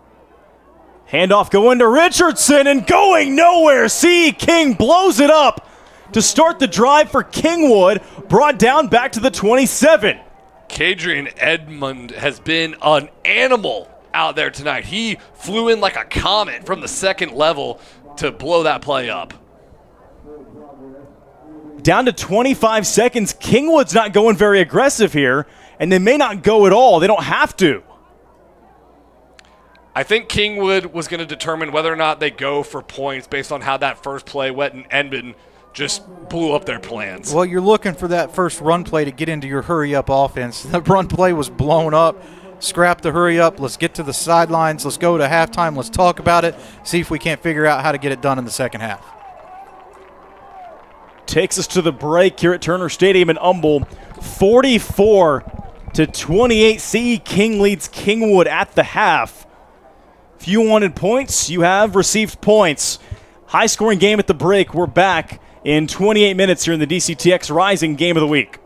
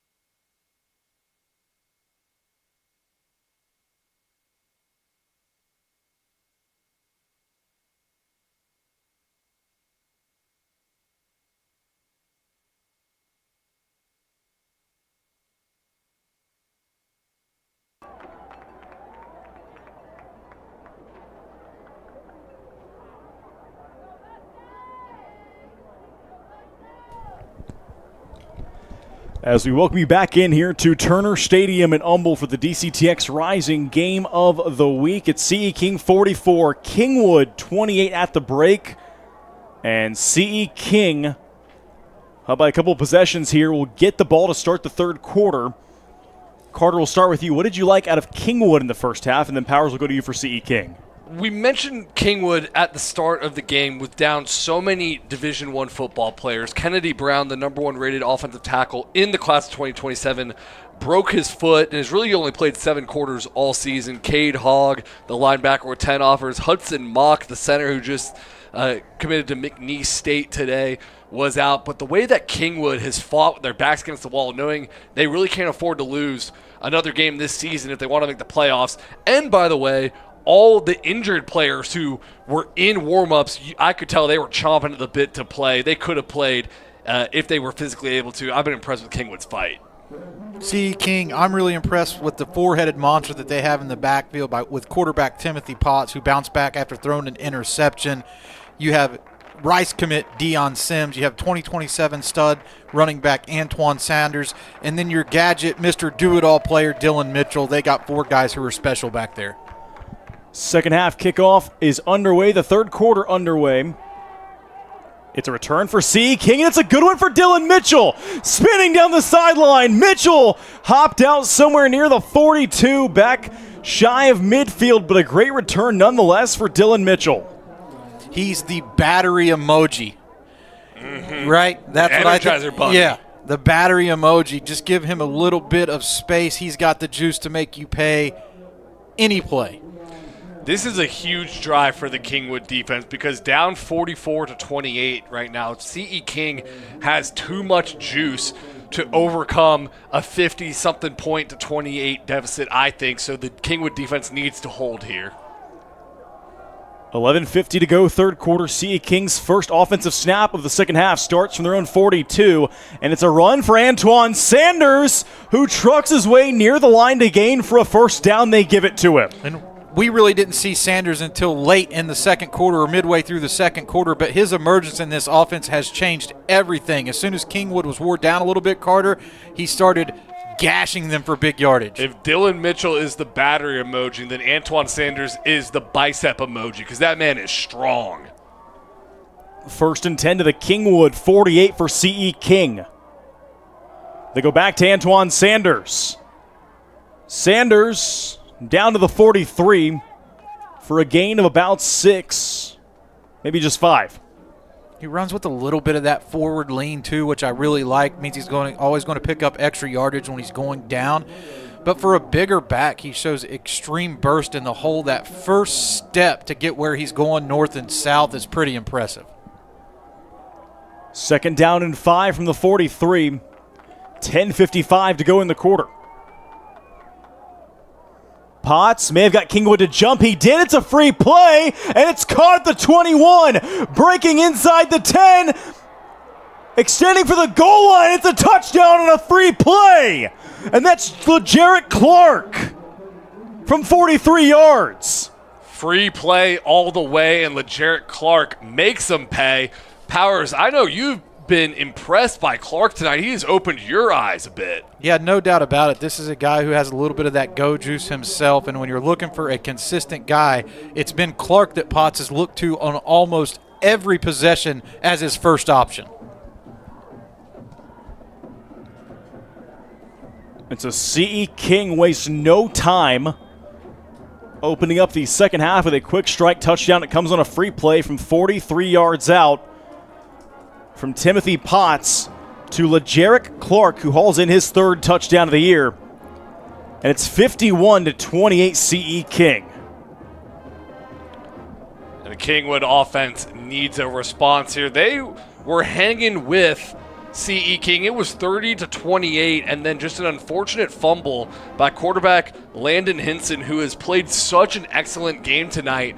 As he's going to throw the ball, it just slips out on his back motion and gave CE King the ball back. 2 quick touchdowns to end the half. So let's see how Hinson can respond. We've seen how Potts, the quarterback on CE King's side, responded from a fumble and a pick 6. He's been lights out ever since. Let's see what Hinson can do. And, guys, we spend a lot of time in these broadcasts talking about the big-time D1 guys, the guys who are going to be playing at the P4 level or the FBS level. But there are guys in Texas like LeJarrette Clark who have plenty of talent and are going to be next-level players in their own right. And Clark's already secured offers from Howard Payne and Texas Wesleyan, so he will be playing on Saturdays. The only question now is for who? As LeJarrette Clark now up to about 20 receptions on the season, if not more. That's a short kick, and Kingwood reels it into the 45 after the third touchdown catch of the year from Clark. And Kingwood will start 5 yards short of the midfield stripe. And it's still 20 yards better than it would have been if they would have kicked it to Kai Webby back there because he would have had the ball on the other side of the 50. Nice hands from number 44, Carter Brookhauser. We saw how at the end of the first half, Kingwood had trouble fielding that onside kick, and they almost coughed it up around their own 40-yard line, but Brookhauser puts all those worries to rest with the sure hands. 10:35 to play third quarter. Kingwood trying to get something going. They trail 51-28. Henson starts in the gun from their own 45 here. Henson fires, caught. Here goes Laughlin. Laughlin breaking free again. He's inside the 10, and he's in for the touchdown on the first play. 55 yards. Unbelievable 3-touchdown game by Laughlin. Henson finds him again. He's 3 touchdown passes short of the single-season record here for Kingwood for touchdown passes in 1 year. Well, Cale Melton said before the game that Tristan Laughlin was 6'1" last year as a junior, sprouted up with a late growth spurt, now is 6'5" and catching college attention. And there's college coaches watching this game right now. We're on the sidelines. He is raising some eyebrows. This kid can play. He's already picked up an offer from Southern Miss, so he is an FBS talent, and he's showing why tonight. Extra point is good. 51-35. Kingwood staying in it as Tristan Laughlin takes the pass from Landon Henson, goes 55 yards to the house. And Laughlin, a hat trick so far on the night. That is touchdowns of 92 yards and 55 yards, too. So we don't just have the battery emojis on the CE King side. There's some on the Kingwood side as well. I'm really impressed with what we've seen out of Laughlin tonight. He really plays within himself. He doesn't get out of position. He's silky smooth for a tight end. That's not a descriptive word that I use often, but he's moving much faster than it seems, and that's because he's so smooth. And so Tristan Laughlin gets Kingwood back into it. It's now a 16-point game, 2-score lead for CE King. Once again with 10:23 to play in the third.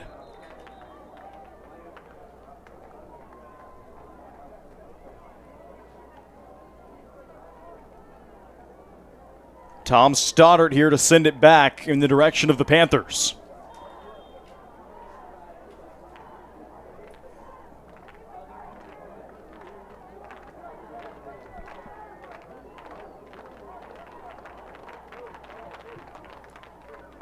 Stoddard sends it deep. Fielded back near the goal line by Dylan Mitchell. Mitchell has waited to break one all night. He won't break this one here. He's corralled near the 20.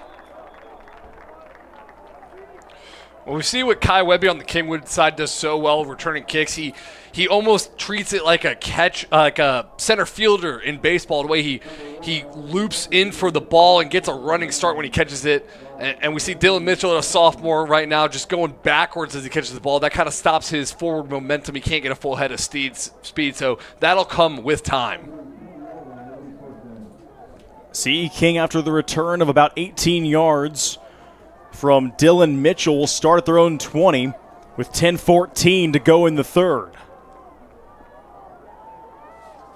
Potts starts under center. They hand it off to a new running back in the game, as that looks like it's Montgomery, the sophomore. Orion Montgomery makes his way to the 23 for a gain of a few. And I got a chance to watch him warming up in the pregame. I actually thought he might be get the backup call tonight because he was working with the twos in the pregame.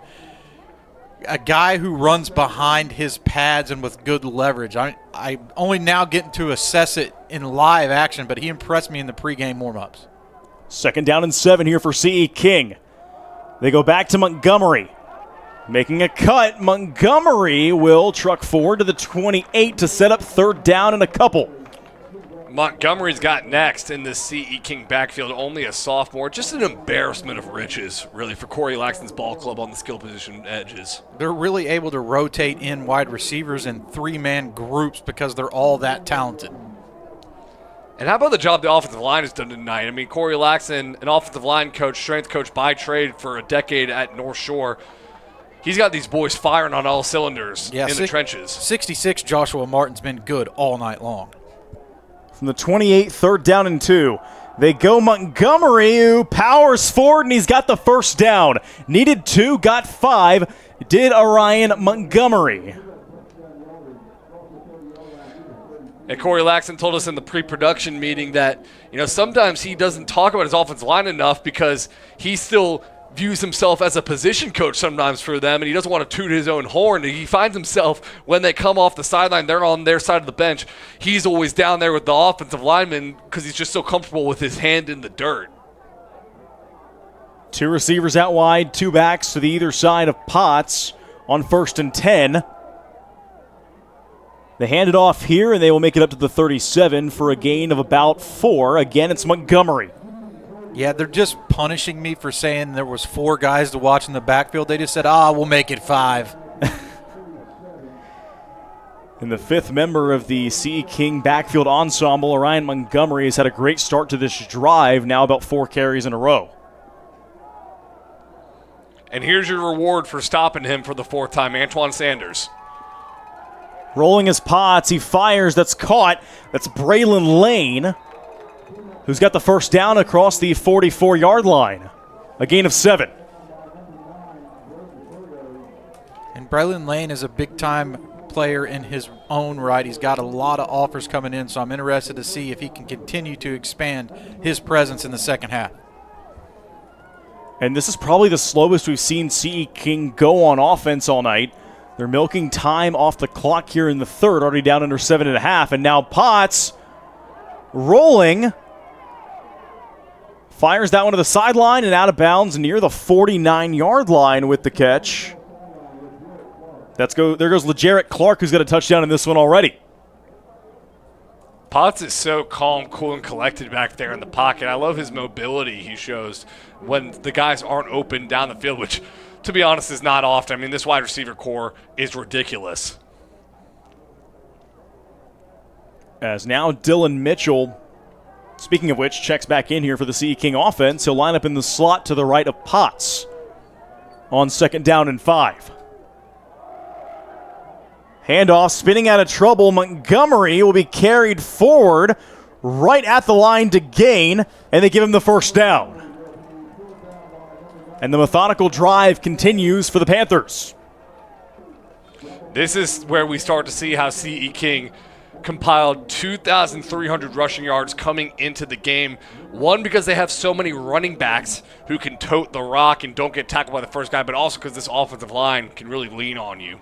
And I like what they're doing. Ball control offense, you're up 16 points. Kingwood's shown an ability to quick strike offense, so let's just slow things down. They get him to jump again. Potts throws. It's incomplete. I think they thought they had a free play, and I don't know if they got it. No laundry anywhere to be seen, but Potts, along with myself, thought he had a free play. Brings up 2nd down and 10, 6:36 to go in the third. That's multiple times they've tried to target Braylon Lane at the bottom of your screen, number 15, on this drive. On 2nd down, Potts will roll to the right. He will tuck and run. Timothy Potts stretches forward for a gain of 8. 7, they call it to the 39. And so Timothy Potts there flashing the mobility. He's got around 300 yards, maybe a little bit less on the season rushing. Over 40 carries and a couple of touchdowns, and there he set CE King up to make it 3rd down and manageable.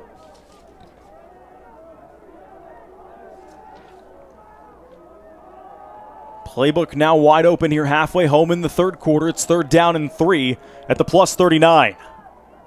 Handoff, Montgomery's got a crease, and he's got the first down. Corralled inside the 33. First down, CE King. How about this Montgomery kid coming in on this drive and absolutely taking over? Why put the ball in the air and put the ball at risk when you can just stand behind a powerful rushing attack? Watch him hit the hole. Give it to him again. Ryan Montgomery spins down to the 26 for a gain of 8. And we really haven't seen Deion Sims since the second half started. It's been all Montgomery and Antoine Sanders. They go up tempo. They give it back to Montgomery. Montgomery stood up at the line of scrimmage, nowhere to run. Looked like the tackle was made by Gideon Colby, the junior defensive lineman. Wearing number 50 there for the Kingwood defense. Third time we've called Colby's name tonight. He's been active. This may not be a surprise to you guys, but guess what? Ryan Montgomery already holds an offer from Sacramento State out in California. So, another P5 FBS level kid here on the CE King offense. 3rd and 3. It's a quarterback draw all the way for Jeff Randall, who picks up another first down, this one into the red zone. And Jeff Randall, the backup quarterback, had a touchdown in the first half. Is he the 6th guy they have that can tote the rock? An embarrassment of riches back there. It looks like he's going to stay in the game. C. King wearing down the Kingwood defense on this drive, wearing down the clock as well, down now to 4:20 in the 3rd. Another straight quarterback draw for Jeff Randall. Upended to the 15, a gain of 4. You know, it's not often you see both quarterbacks, the starter Timothy Potts and the backup Jeffrey Randall, have the captaincy on their jersey, but that just shows the leadership that this senior class has for Corey Laxton. He said it's something that C. King has lacked really in the last few years, but they had it this year. Now that's why they're 6-1. 2nd down and 6 now for C.E. King from the 15-yard line. Jeff Randall will run it again. Randall, a gain of 2 to the 13 to bring up 3rd down and a few.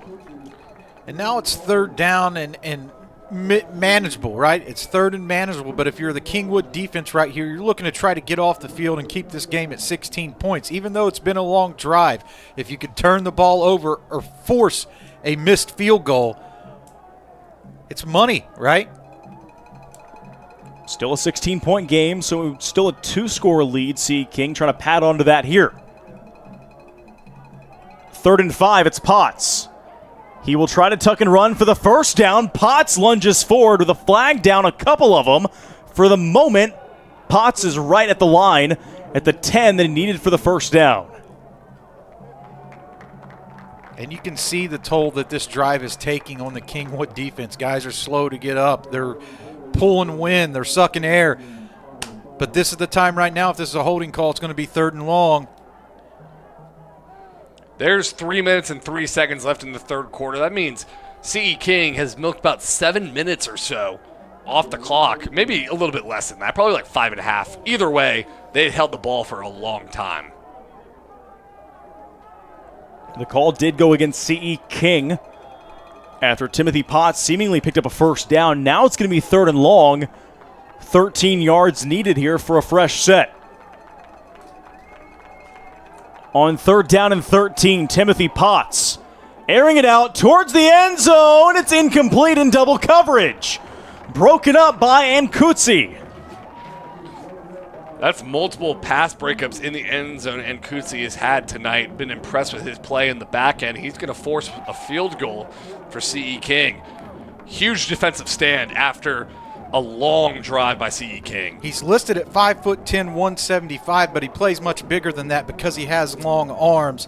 And he's already picked up offers from McPherson and HBU. So this is a guy who's also going to be playing at the next level, matching up with some key talent from C.E. King and making plays. To make this a 3-score lead officially, Christopher Hernandez was lined up for a 40-yard field goal, and now timeout is called. Ball was set to be snapped from the 23, so it would be a 40-yard attempt for Hernandez. That's a long kick, guys, but it's worth mentioning here that on one side of the coin, right, it makes it a 3-score lead. They're up by 16, would make it 19. If you miss it, though, Kingwood gets the ball back in great field position, probably 10 or 15 yards shy or so, maybe of midfield, and they're still down 2 scores. So if you're C.E. King here, it's like, it's 4th and 13. Do you try the long field goal, or do you try to just air it out inside the 10? I like the decision to kick a field goal because even if you miss it, I mean, they're still getting the ball before the 25-yard line. And Kai Webby, they can't even kick to Kai Webby now, so they're basically ceding that field position to Kingwood on their kickoffs anyway. Yeah, I like the opportunity to go up 3 scores if I can, for sure, if I'm calling the plays. But something to keep an eye on here is that Dylan Mitchell's coming out on the field, and whenever Dylan Mitchell's out there, I'm watching where the football's going to go. And looks like they're going to go for it. Offense is on the field. 4th and 13 from the 23 with 2:46 to go in the quarter. C. King going for it, foot on the gas pedal. Potts on 4th and 13. Potts, end zone, it's incomplete. No flags, turnover on downs, and Kingwood holds. Tremendous job there by the Kingwood secondary. They had everybody covered up. There was a little bit of space there towards the middle of the field, but the defensive back right there did a tremendous job in coverage. I believe that was number 4 in Kutse and number 1 KK Dada, both back there on the play. And the Kingwood defense will give the Mustang offense here the opportunity on this drive potentially to make this a 1-score game should they choose to, score and go for 2. Start the drive with a draw play that nets them a gain of a yard, maybe 2 to Xavier Montez. So we'll tell you what, guys, I've been so impressed tonight by Kadrian Edmond, number 7, the defensive back, a junior on CE King. He's flying around from the safety spot in the run game. Really passes the eyeball test, too. 2nd down and 8. Henson has defenders all over him, and Henson's going down back inside the 20 to the 19, a loss of 6 to bring up 3rd down in about 14. And CE King's going to be awful happy about the pressure that they got on Henson because Kai Webby was wide open on a crosser, and he might have scored a touchdown if he was able to pull in that pass. That's an all-out blitz and a gamble there from CE King, betting that their defense can get home before Henson can find the open man, and they did. Kingwood now backed up with 1:40 and the clock running late in the 3rd quarter to a 3rd down and 14. Back to their own 19-yard line. Henson sacked again, back to the 13. Oh, they're getting after him now. The CE King defensive line was eaten on that drive, and it was everybody. I mean, Dominic Toulon was back there leading the charge, but it was almost the whole front 7 there. Trey Jaquette also in on that stop. 2027 defensive tackle who's already starting to come in and get some offers. Sacramento State, Texas Tech, Georgia State, they've already offered this guy, and he's in on the number 2 rotation for the CE King front. That also tells you how deep and talented they are in the trenches. And something to watch here. Kingwood did have a high snap go over the punter's head earlier. This one a little low, but corralled, and the punt is up and away.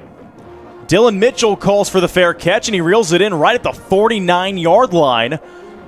And so with 47 seconds to play in the 3rd, CE King will start just a yard shy of the 50.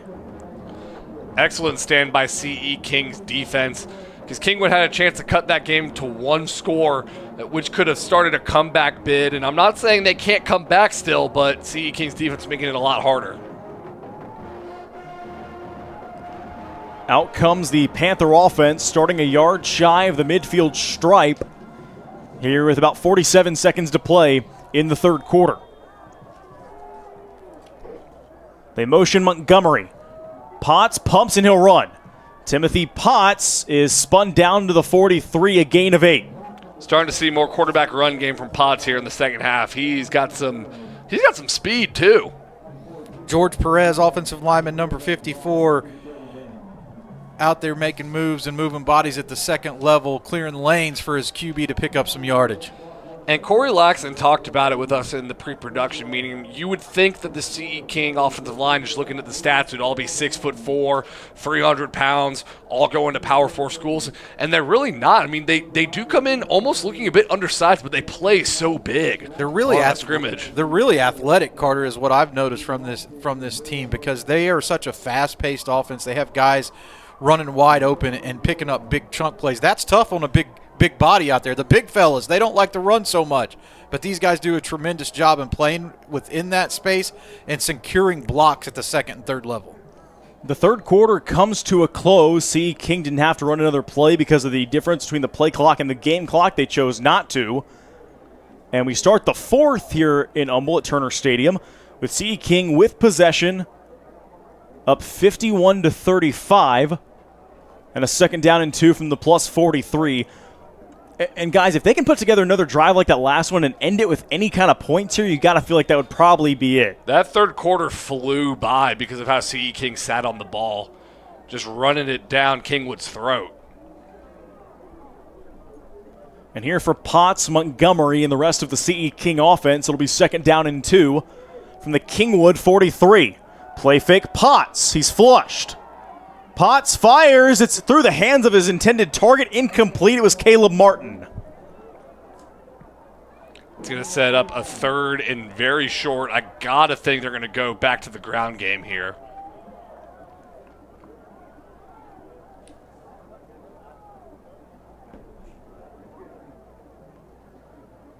It'll be third down and 2 from the 43.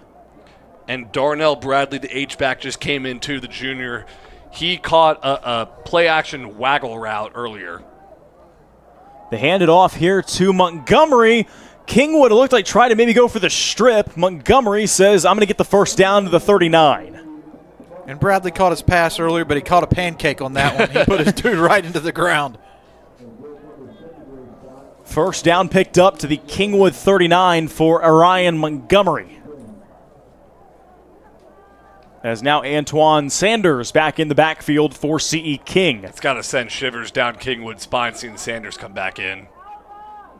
They feed it here to Sanders. Antoine Sanders runs into his own lineman, and he's going to make a good gain out of it anyways, down to the 33, pickup of 6. He'll hit anyone. He'll even hit his own lineman. Yeah, it's okay if you hit your lineman if they're blocking 7 yards upfield. Didn't seem to stop Antoine Sanders, and it sets up second down and 4, down now to 11:07 left to play. But, Powers, you brought up a good point at halftime. Teams we have seen have an edge on offense are those that have multiple running backs this year on the DCTX Rising Game of the Week. It's just so tough to combat these different styles, right? And especially when they're all so good and all so different. But we've seen it week over week. Kind of started in week 2 whenever we watched North Crowley go down to Rockwall. But it was their 1-2 running back punch. And then last week for Katy, you know, Tremaine Hall is a tremendous running back, but having a little bit of change of pace opens things up for the rest of the offense. Second down, they go to Antoine Sanders, who gets out of a tackle, cuts it back, and Antoine Sanders with a first down into the red zone. He may be the number 2 back to Rice commit Deion Sims, who's a tremendous Texas high school football running back, but Antoine Sanders is one of the best backs I've seen all season. Wow. And, you know, we've seen a lot of great backs, too, as you were mentioning, Powers, so that is high praise. 10:25 left to play. The clock continues to run here against this Kingwood defense here at home. CE King a first down to the 17 as they go back to the well with Antoine Sanders, who's down to the 15, a gain of a few. Hit him with the pitter-patter right there. A little bit of pitter-patter made the guy miss and then picked up some yardage. I love what this Sanders gets to bring to the table. Not the pitter-patter. Takes us down under 10 minutes left. And it'll bring up second down and 7 here for the CE King Panther offense.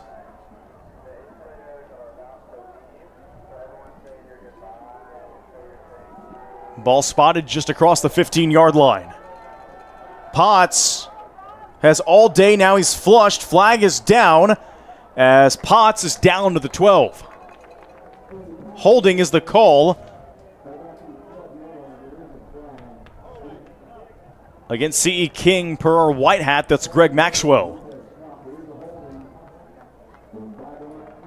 And the Kingwood defense over the last couple of drives have done a pretty good job of slowing them down once they got into the red zone, right? Last drive stalled out. They weren't able to put points on the board, which kept Kingwood in the game. And they're looking for the same result here to try to keep it within striking distance. Here with 9:35 to play. Now under 9.5 minutes, and CE King backed up to a second down and long to the 25. About 17 yards to go here as Potts rolls right. Potts fires. That one is incomplete, low, and off the hands of Joshua Hayes.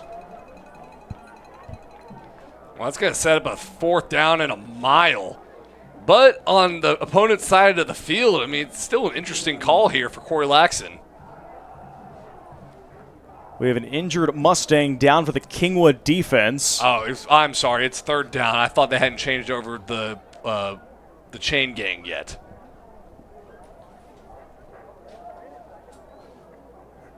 Another Mustang defender hobbling off to the near sideline with 9:17 to play.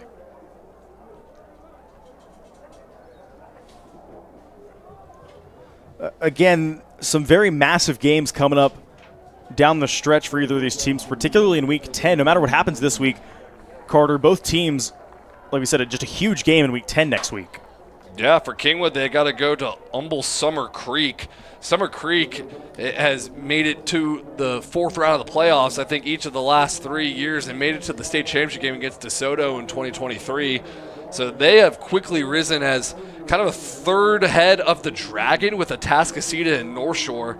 And then I'm looking at CE King going to North Shore Week 10 too. I'm so locked in for that matchup. Yeah, that's a game that everybody's going to be tuning into. Where can you catch that game? Dave Campbell's texting live. Halloween night. And now it's 3rd down. They dump it off on the screen. It's caught, and they're going to bring him down well shy of the line to gain for a 1st down. Not much room to run there after the catch for Deion Sims. And CE King will trot out the field goal unit with 8:40 and ticking left to play to try to make this a 3-score game. Well, the first time we've seen Sims really in this entire second half, and they tried to get it to him on a screen pass. A beautiful play designed by CE King, but Andrew Gregory, the junior inside linebacker for Kingwood, read it so well and stayed home, stayed schematic responsible. And so this time, CE King will try the 40-yard field goal off the right foot of Christopher Hernandez to make this a 3-score game. From 40, Hernandez is no good. Just sailed a little bit left there at the end. He had plenty of leg to get it through the uprights, but it tailed off. Now with 8 minutes to go in the 4th quarter, a huge drive for Kingwood's offense.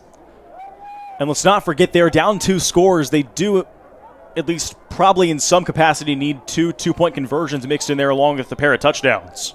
16-point hole here for the Mustangs. And they're huddling up right now as CE King's defense is already on the field. You know they're cooking up something in that huddle right now. Yeah, this is where you dip into your bag of tricks, right? Halloween's next week, but tonight you got to come out with some of your big plays. They take over at the 23. First play, play action. Henson fires middle. It's caught, and it's a 1st down near the 40, picked up for Jace Byers. And Kingwood will go up tempo. Now we're rolling here, Kingwood, getting the chains moving, getting the ball snapped, putting the pressure on CE King's defense. 7:46 and counting left to play. 1st and 10 Kingwood to their own 39. Henson tried to hand it off to Cam Richardson. That one blown dead at the snap, believe. Should be in the neighborhood of a false start, and it is. And I jinxed him because they were rolling, but the way to stop your roll, slow your roll, I should say, is a false start. We'll just talk about the state of Texas high school football while they're moving this ball. This is a team in Kingwood that has tons of talent as well. We've talked about a lot of D1 players for CE King, but Jace Byers, who just caught that pass, has an offer from Nelson University. So when we go to these games, a lot of these players are going to be playing at the next level week after week after week. Now it's 1st and 15. Play fake, Henson, middle, caught Kai Webby, trying to extend forward across the 49 near midfield, and Kai Webby's got a 1st down. Terrific catch from Webby because it was a little bit behind him. And that's easy to throw behind Webby with how fast he is, but Webby caught that with his hands, even though all his momentum was going the other way. I like that he's a slot wide receiver who does a lot of work in the middle of the field. 7 to play, 1st and 10 from right at midfield. They hand it off, and Richardson going nowhere. He actually lost 2 back across the 47. Down under 650.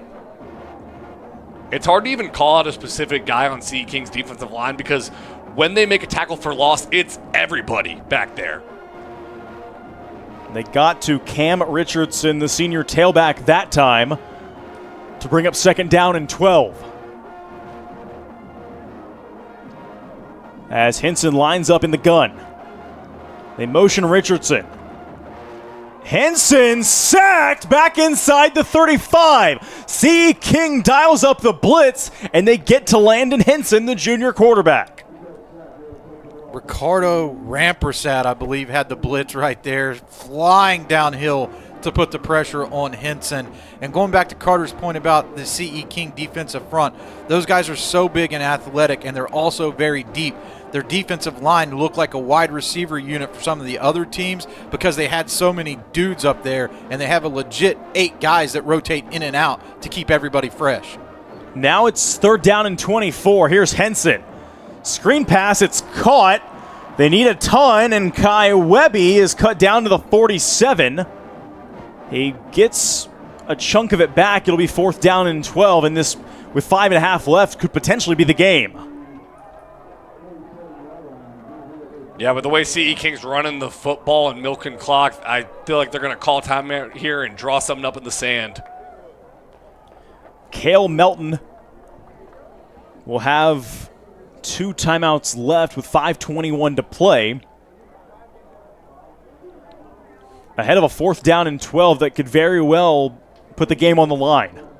C.E. King's defense is betting, going all in, pushing all the chips to the middle of the table on these last couple of drives, just setting the house because there are wide receivers running open down the field, and Henson has no chance of finding them because he's running for his life back there. Well, it's almost like that last touchdown pass to Laughlin. They decided, guess what? The only way that we can defend this deep ball is if we can get pressure on him before he can let it go. They pinned their ears back and have brought the house ever since. 5:21 left. Kingwood trails by 16 here ahead of a 4th and 12 that they absolutely must convert. Ball sits at the 47-yard line for the Mustangs. Motion Richardson. Henson, 4th down, he throws, it's incomplete. No one open, he was trying to force it to Webby, and that one skipped shy. Yeah, number 18, Xavier Williams, the junior linebacker, came on a delayed blitz and really affected that throw in the backfield. Xavier Williams is another guy that I've been impressed with all night long. He was in on a sack earlier tonight, but from the first play, he's made his presence felt. And one of the things that he does extremely well is he doesn't over-pursue. He plays within himself, makes sure that he makes the right play, and doesn't get out of position. 5:14 left. C. King gets the ball, and all they really got to do here is milk a good section off of this clock and take it into a 5-0 district record next Friday on Halloween against North Shore. Flags down, snap of the football. False start against the Panthers.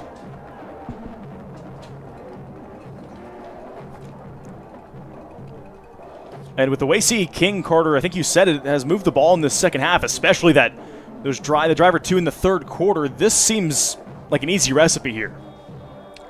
I would doubt if they really put the ball in the air unless it's a have-to situation where it's 3rd and medium, because they're picking up chunk plays with the run. 5:13 left, 1st and 15. Potts throws, it's caught. And it works the same as a run, except breaking out of it and down the sideline. LeJarrette Clark is gone. Touchdown, C.E. King. LeJarrette Clark after dark. What an action-packed night in the second half, especially for the senior leader. I thought he was dead to rights. They had the entire team around him, and instead he breaks it off for a touchdown. Offensive lineman Ethan Guillory almost got in the lane of that pass. He was so excited to get out there and block, but Potts was able to get the ball over the top of his head, drop it into Clark, who did the rest of the work for 6. As Corey Laxon, we were just talking about how all you got to do is run the ball and run this clock out, and Corey Laxon said, hey, you guys up there in the booth, quiet. We're going to throw a screen and we're going to score on it. Gavin, there's a reason I'm up in the booth and not coaching. It's 58-35 with exactly 5 to play. But I will say, the screen pass is somewhat an extension of the run game, especially when you have an athlete like LeJarrette Clark out there, and so much trust in your senior quarterback, Potts, too, to make smart decisions with the ball. LeJarrette Clark is having his coming out party tonight, guys, and I got to tell you, with offers from Howard Payne and Texas Wesleyan, he sports a 3.9 GPA. So he's a great academic add as well. If you're a school that fits the profile, you have great academics, you're looking for a football player who's flying under the radar in Texas, come get LeJarrette Clark. There's the proclamation from Greg Powers. See, King's got a bunch of guys that you really feel like Powers can play at the next level if they don't have offers already, right? Yeah, no doubt about it. They're one of the top-rated teams in all of 6A in Texas high school football, which is the biggest of the big across the country. The best football in the nation right here in Texas 6A, and 23 6A might be the best district in the state. So there's talent from top to bottom all over these rosters. Very short squib kick fielded by Kingwood on a hop near the 43-yard line. Mustangs will set up shop there, and now they've got plenty of work to do with 4:57 left. And if you're Kingwood here, you're just trying to get in the end zone and see if you can at least get to the point that you can kick an onside kick after that. Need a lot to happen in the last 4:57 of this ball game, and it starts here on this offensive drive. If you're CE King, you're well on your way, sitting in the driver's seat right now to a 5-0 start in 23 6A play against North Shore, advancing a little bit to Week 10, maybe next Friday on Halloween. North Shore currently sits undefeated in district play themselves, but they've got a Tascasita over in Galena Park tomorrow night at 7 p.m., a game you can watch on Dave Campbell's Texan Live as well. Double pass alert. Floated downfield. It is incomplete, intended for Laughlin. They tried to throw it on the double pass from Henson to Webby to Laughlin.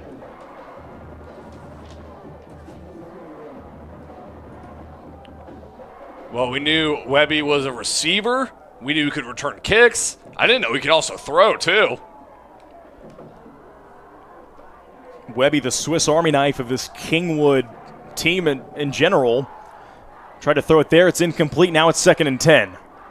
Henson, this time it's caught by Webby, who is spun down to the 48 for a gain of about 4 or 5. And now a flag flies in at the end of the play. I believe that's going to go against Webby. It's always the second guy who gets caught, right? And he was pushing the guy right in front of the ref, so could be offsetting, but the flag flew in right after Webby. He walked over to the sideline. Cale Melton told him, hey, put your hands up next time. And the penalty does go against Kingwood.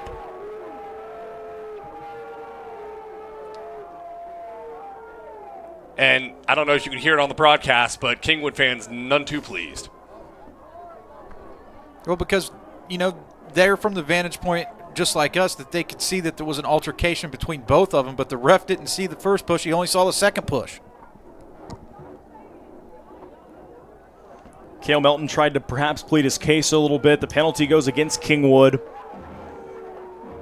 as the audible boos rain out from the home stands here at Turner with 4:36 to play. Now it's 3rd down and a country mile here for Kingwood. Under 4.5, clock rolling. And it's 3rd down and 20. You just want to get about half this back right here because you're going for it on 4th down.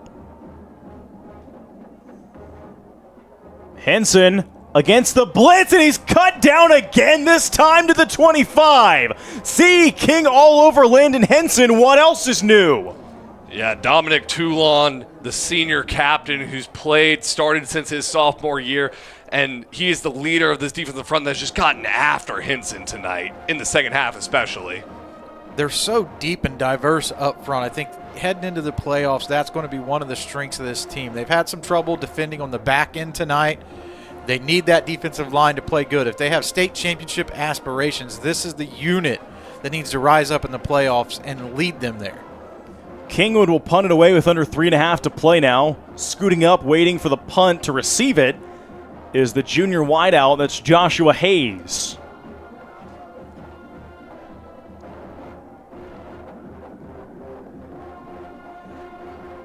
Good punt, sails into the sky and takes a hop at the 48. And will roll to the 44. 3:05 remaining. CE King will come out. Try to milk this last 3:05 off. and take an undefeated district mark into next Friday. Also worth noting that game against North Shore, by the way, it's a home game for CE King. The same building that they brought Atascocita into and put 70 on them. I'm going to be on the edge of my seat for that one, Gavin, because CE King's not sneaking up on anybody like they did in that Atascocita game. They are for real. And on the flip side of that, North Shore has also settled into what North Shore is used to becoming. After an opening game loss to South Oak Cliff, North Shore is back and is one of the best teams in the state. Really interesting matchup because they play Atascocita this week. Here's Antoine Sanders' first play of the new drive. Antoine Sanders, a first down and plenty more inside of the 41-yard line down to the 40 as we're down under 2:50 left. Could you imagine a district schedule that has you playing humble Atascocita one week and CE King the next week? There's a reason they call this Little Southeast Conference down here in Houston. It was rated the toughest district in Class 6A by Dave Campbell's Texas Football this offseason, and it has come to fruition. Honestly, it's better than what we thought it was going to be in the offseason. This Kingwood team is really talented, and to think of a scenario where a team like Kingwood doesn't make the playoffs, it's hard for me to fathom. This is a CE King team, by the way, guys, 5-5 last year. We said that they were 3-4 in district play. They missed the playoffs last year, and Kingwood went to the regional final. Meanwhile, CE King runs it here, breaking free. It's Montgomery all the way, 40-yard touchdown for Montgomery. And go ahead and put Montgomery on your radars. We mentioned that he had an offer from Sacramento State, but I got a feeling that plenty more are coming. He's going to get spotlight in this CE King offense, and he's going to score a ton of points. We've seen the power from him with the way he hits the hole, but how about the breakaway speed, too? Outrunning defensive backs. Montgomery's on the map. Orion Montgomery, only a sophomore there, goes 40 yards to the house. And the PAT is good as CE King extends its lead to 30 here at the 2-minute break. And so, as I was talking about the CE King schedule last year, Carter, we touched on at the start of the broadcast, they lost Week 9 to Kingwood, this very same game at CE King last season, about a year ago, 21-20, that ultimately kept them out of the playoffs. And we saw Summer Creek and Kingwood play in the regional final right here at Turner. Yeah, Kingwood got in the playoffs by 1 point essentially and then went 4 rounds deep, which shows you how deep this district is. And I just can't say enough about the talent in this league.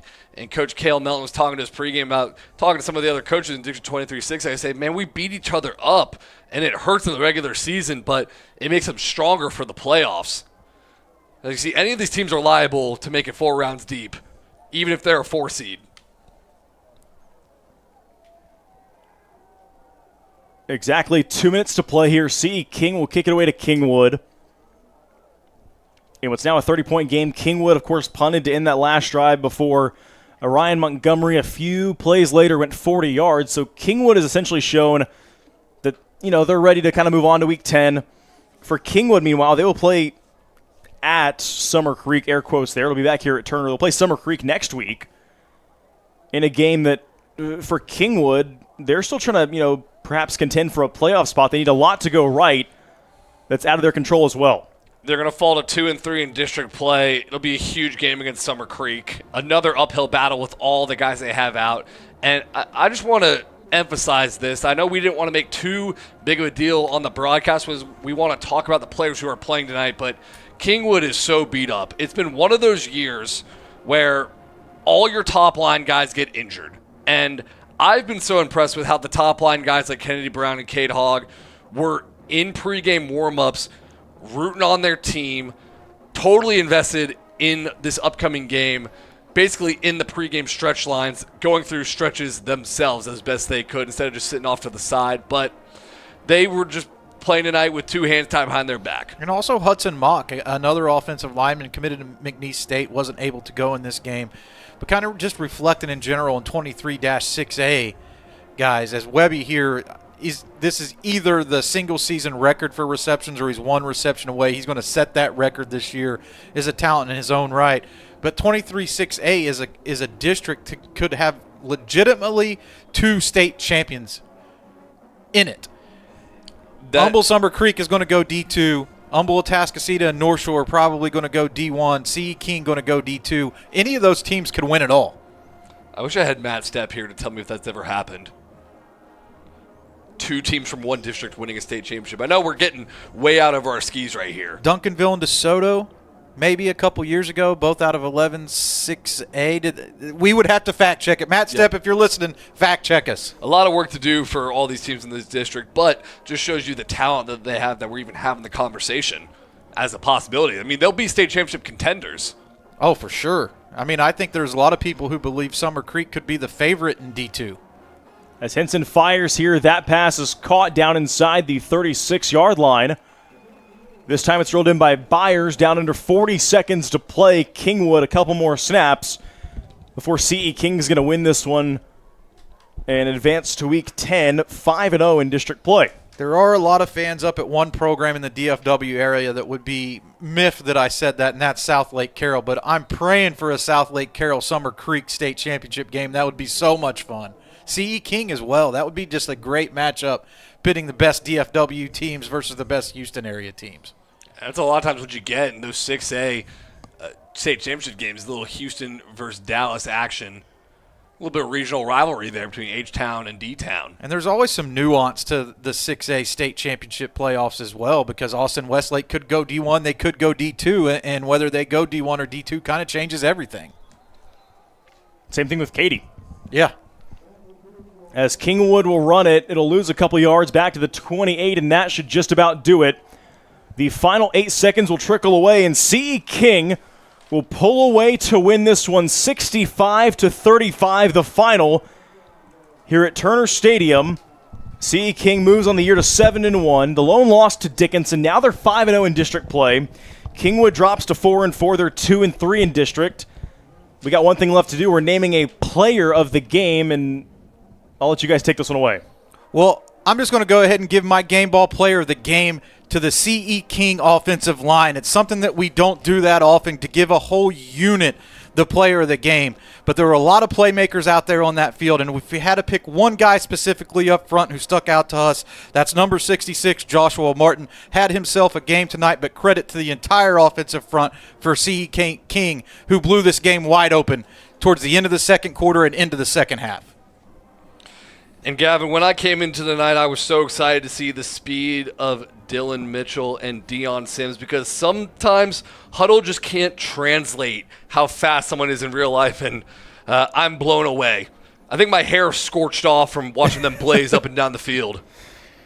That they did. They put up 65. Your final score, CE King 65, Kingwood 35 here in the DCTX Rising Game of the Week. A couple more coming up in the regular season of these games of the week every Thursday. We got a good one next week, which I don't know if we're going to reveal that yet or not, Powers, but yeah, well, we have plans to see Houston Legacy come up to the Dallas area to face Prosper Richland, and it'll give the fans at home a chance to see the number 1 recruit in the state committed to the Houston Cougars, and that's Keyshawn Henderson. A game that fans, even neutral fans, should be excited about. If you don't have a team in either Richland or the Houston Legacy School of Sports Sciences, people are going to want to watch that one, we think, and so it should be a fun one for us, and we're excited for Week 10. But meanwhile, here in this one, CE King wins at 65-35. I want to thank Carter Yates, Greg Powers, Mallory Hartley. Signing off here from Turner Stadium in Humble, I'm Gavin Moritz saying thank you, stay safe, and good night, everyone. CE King 65, Kingwood 35.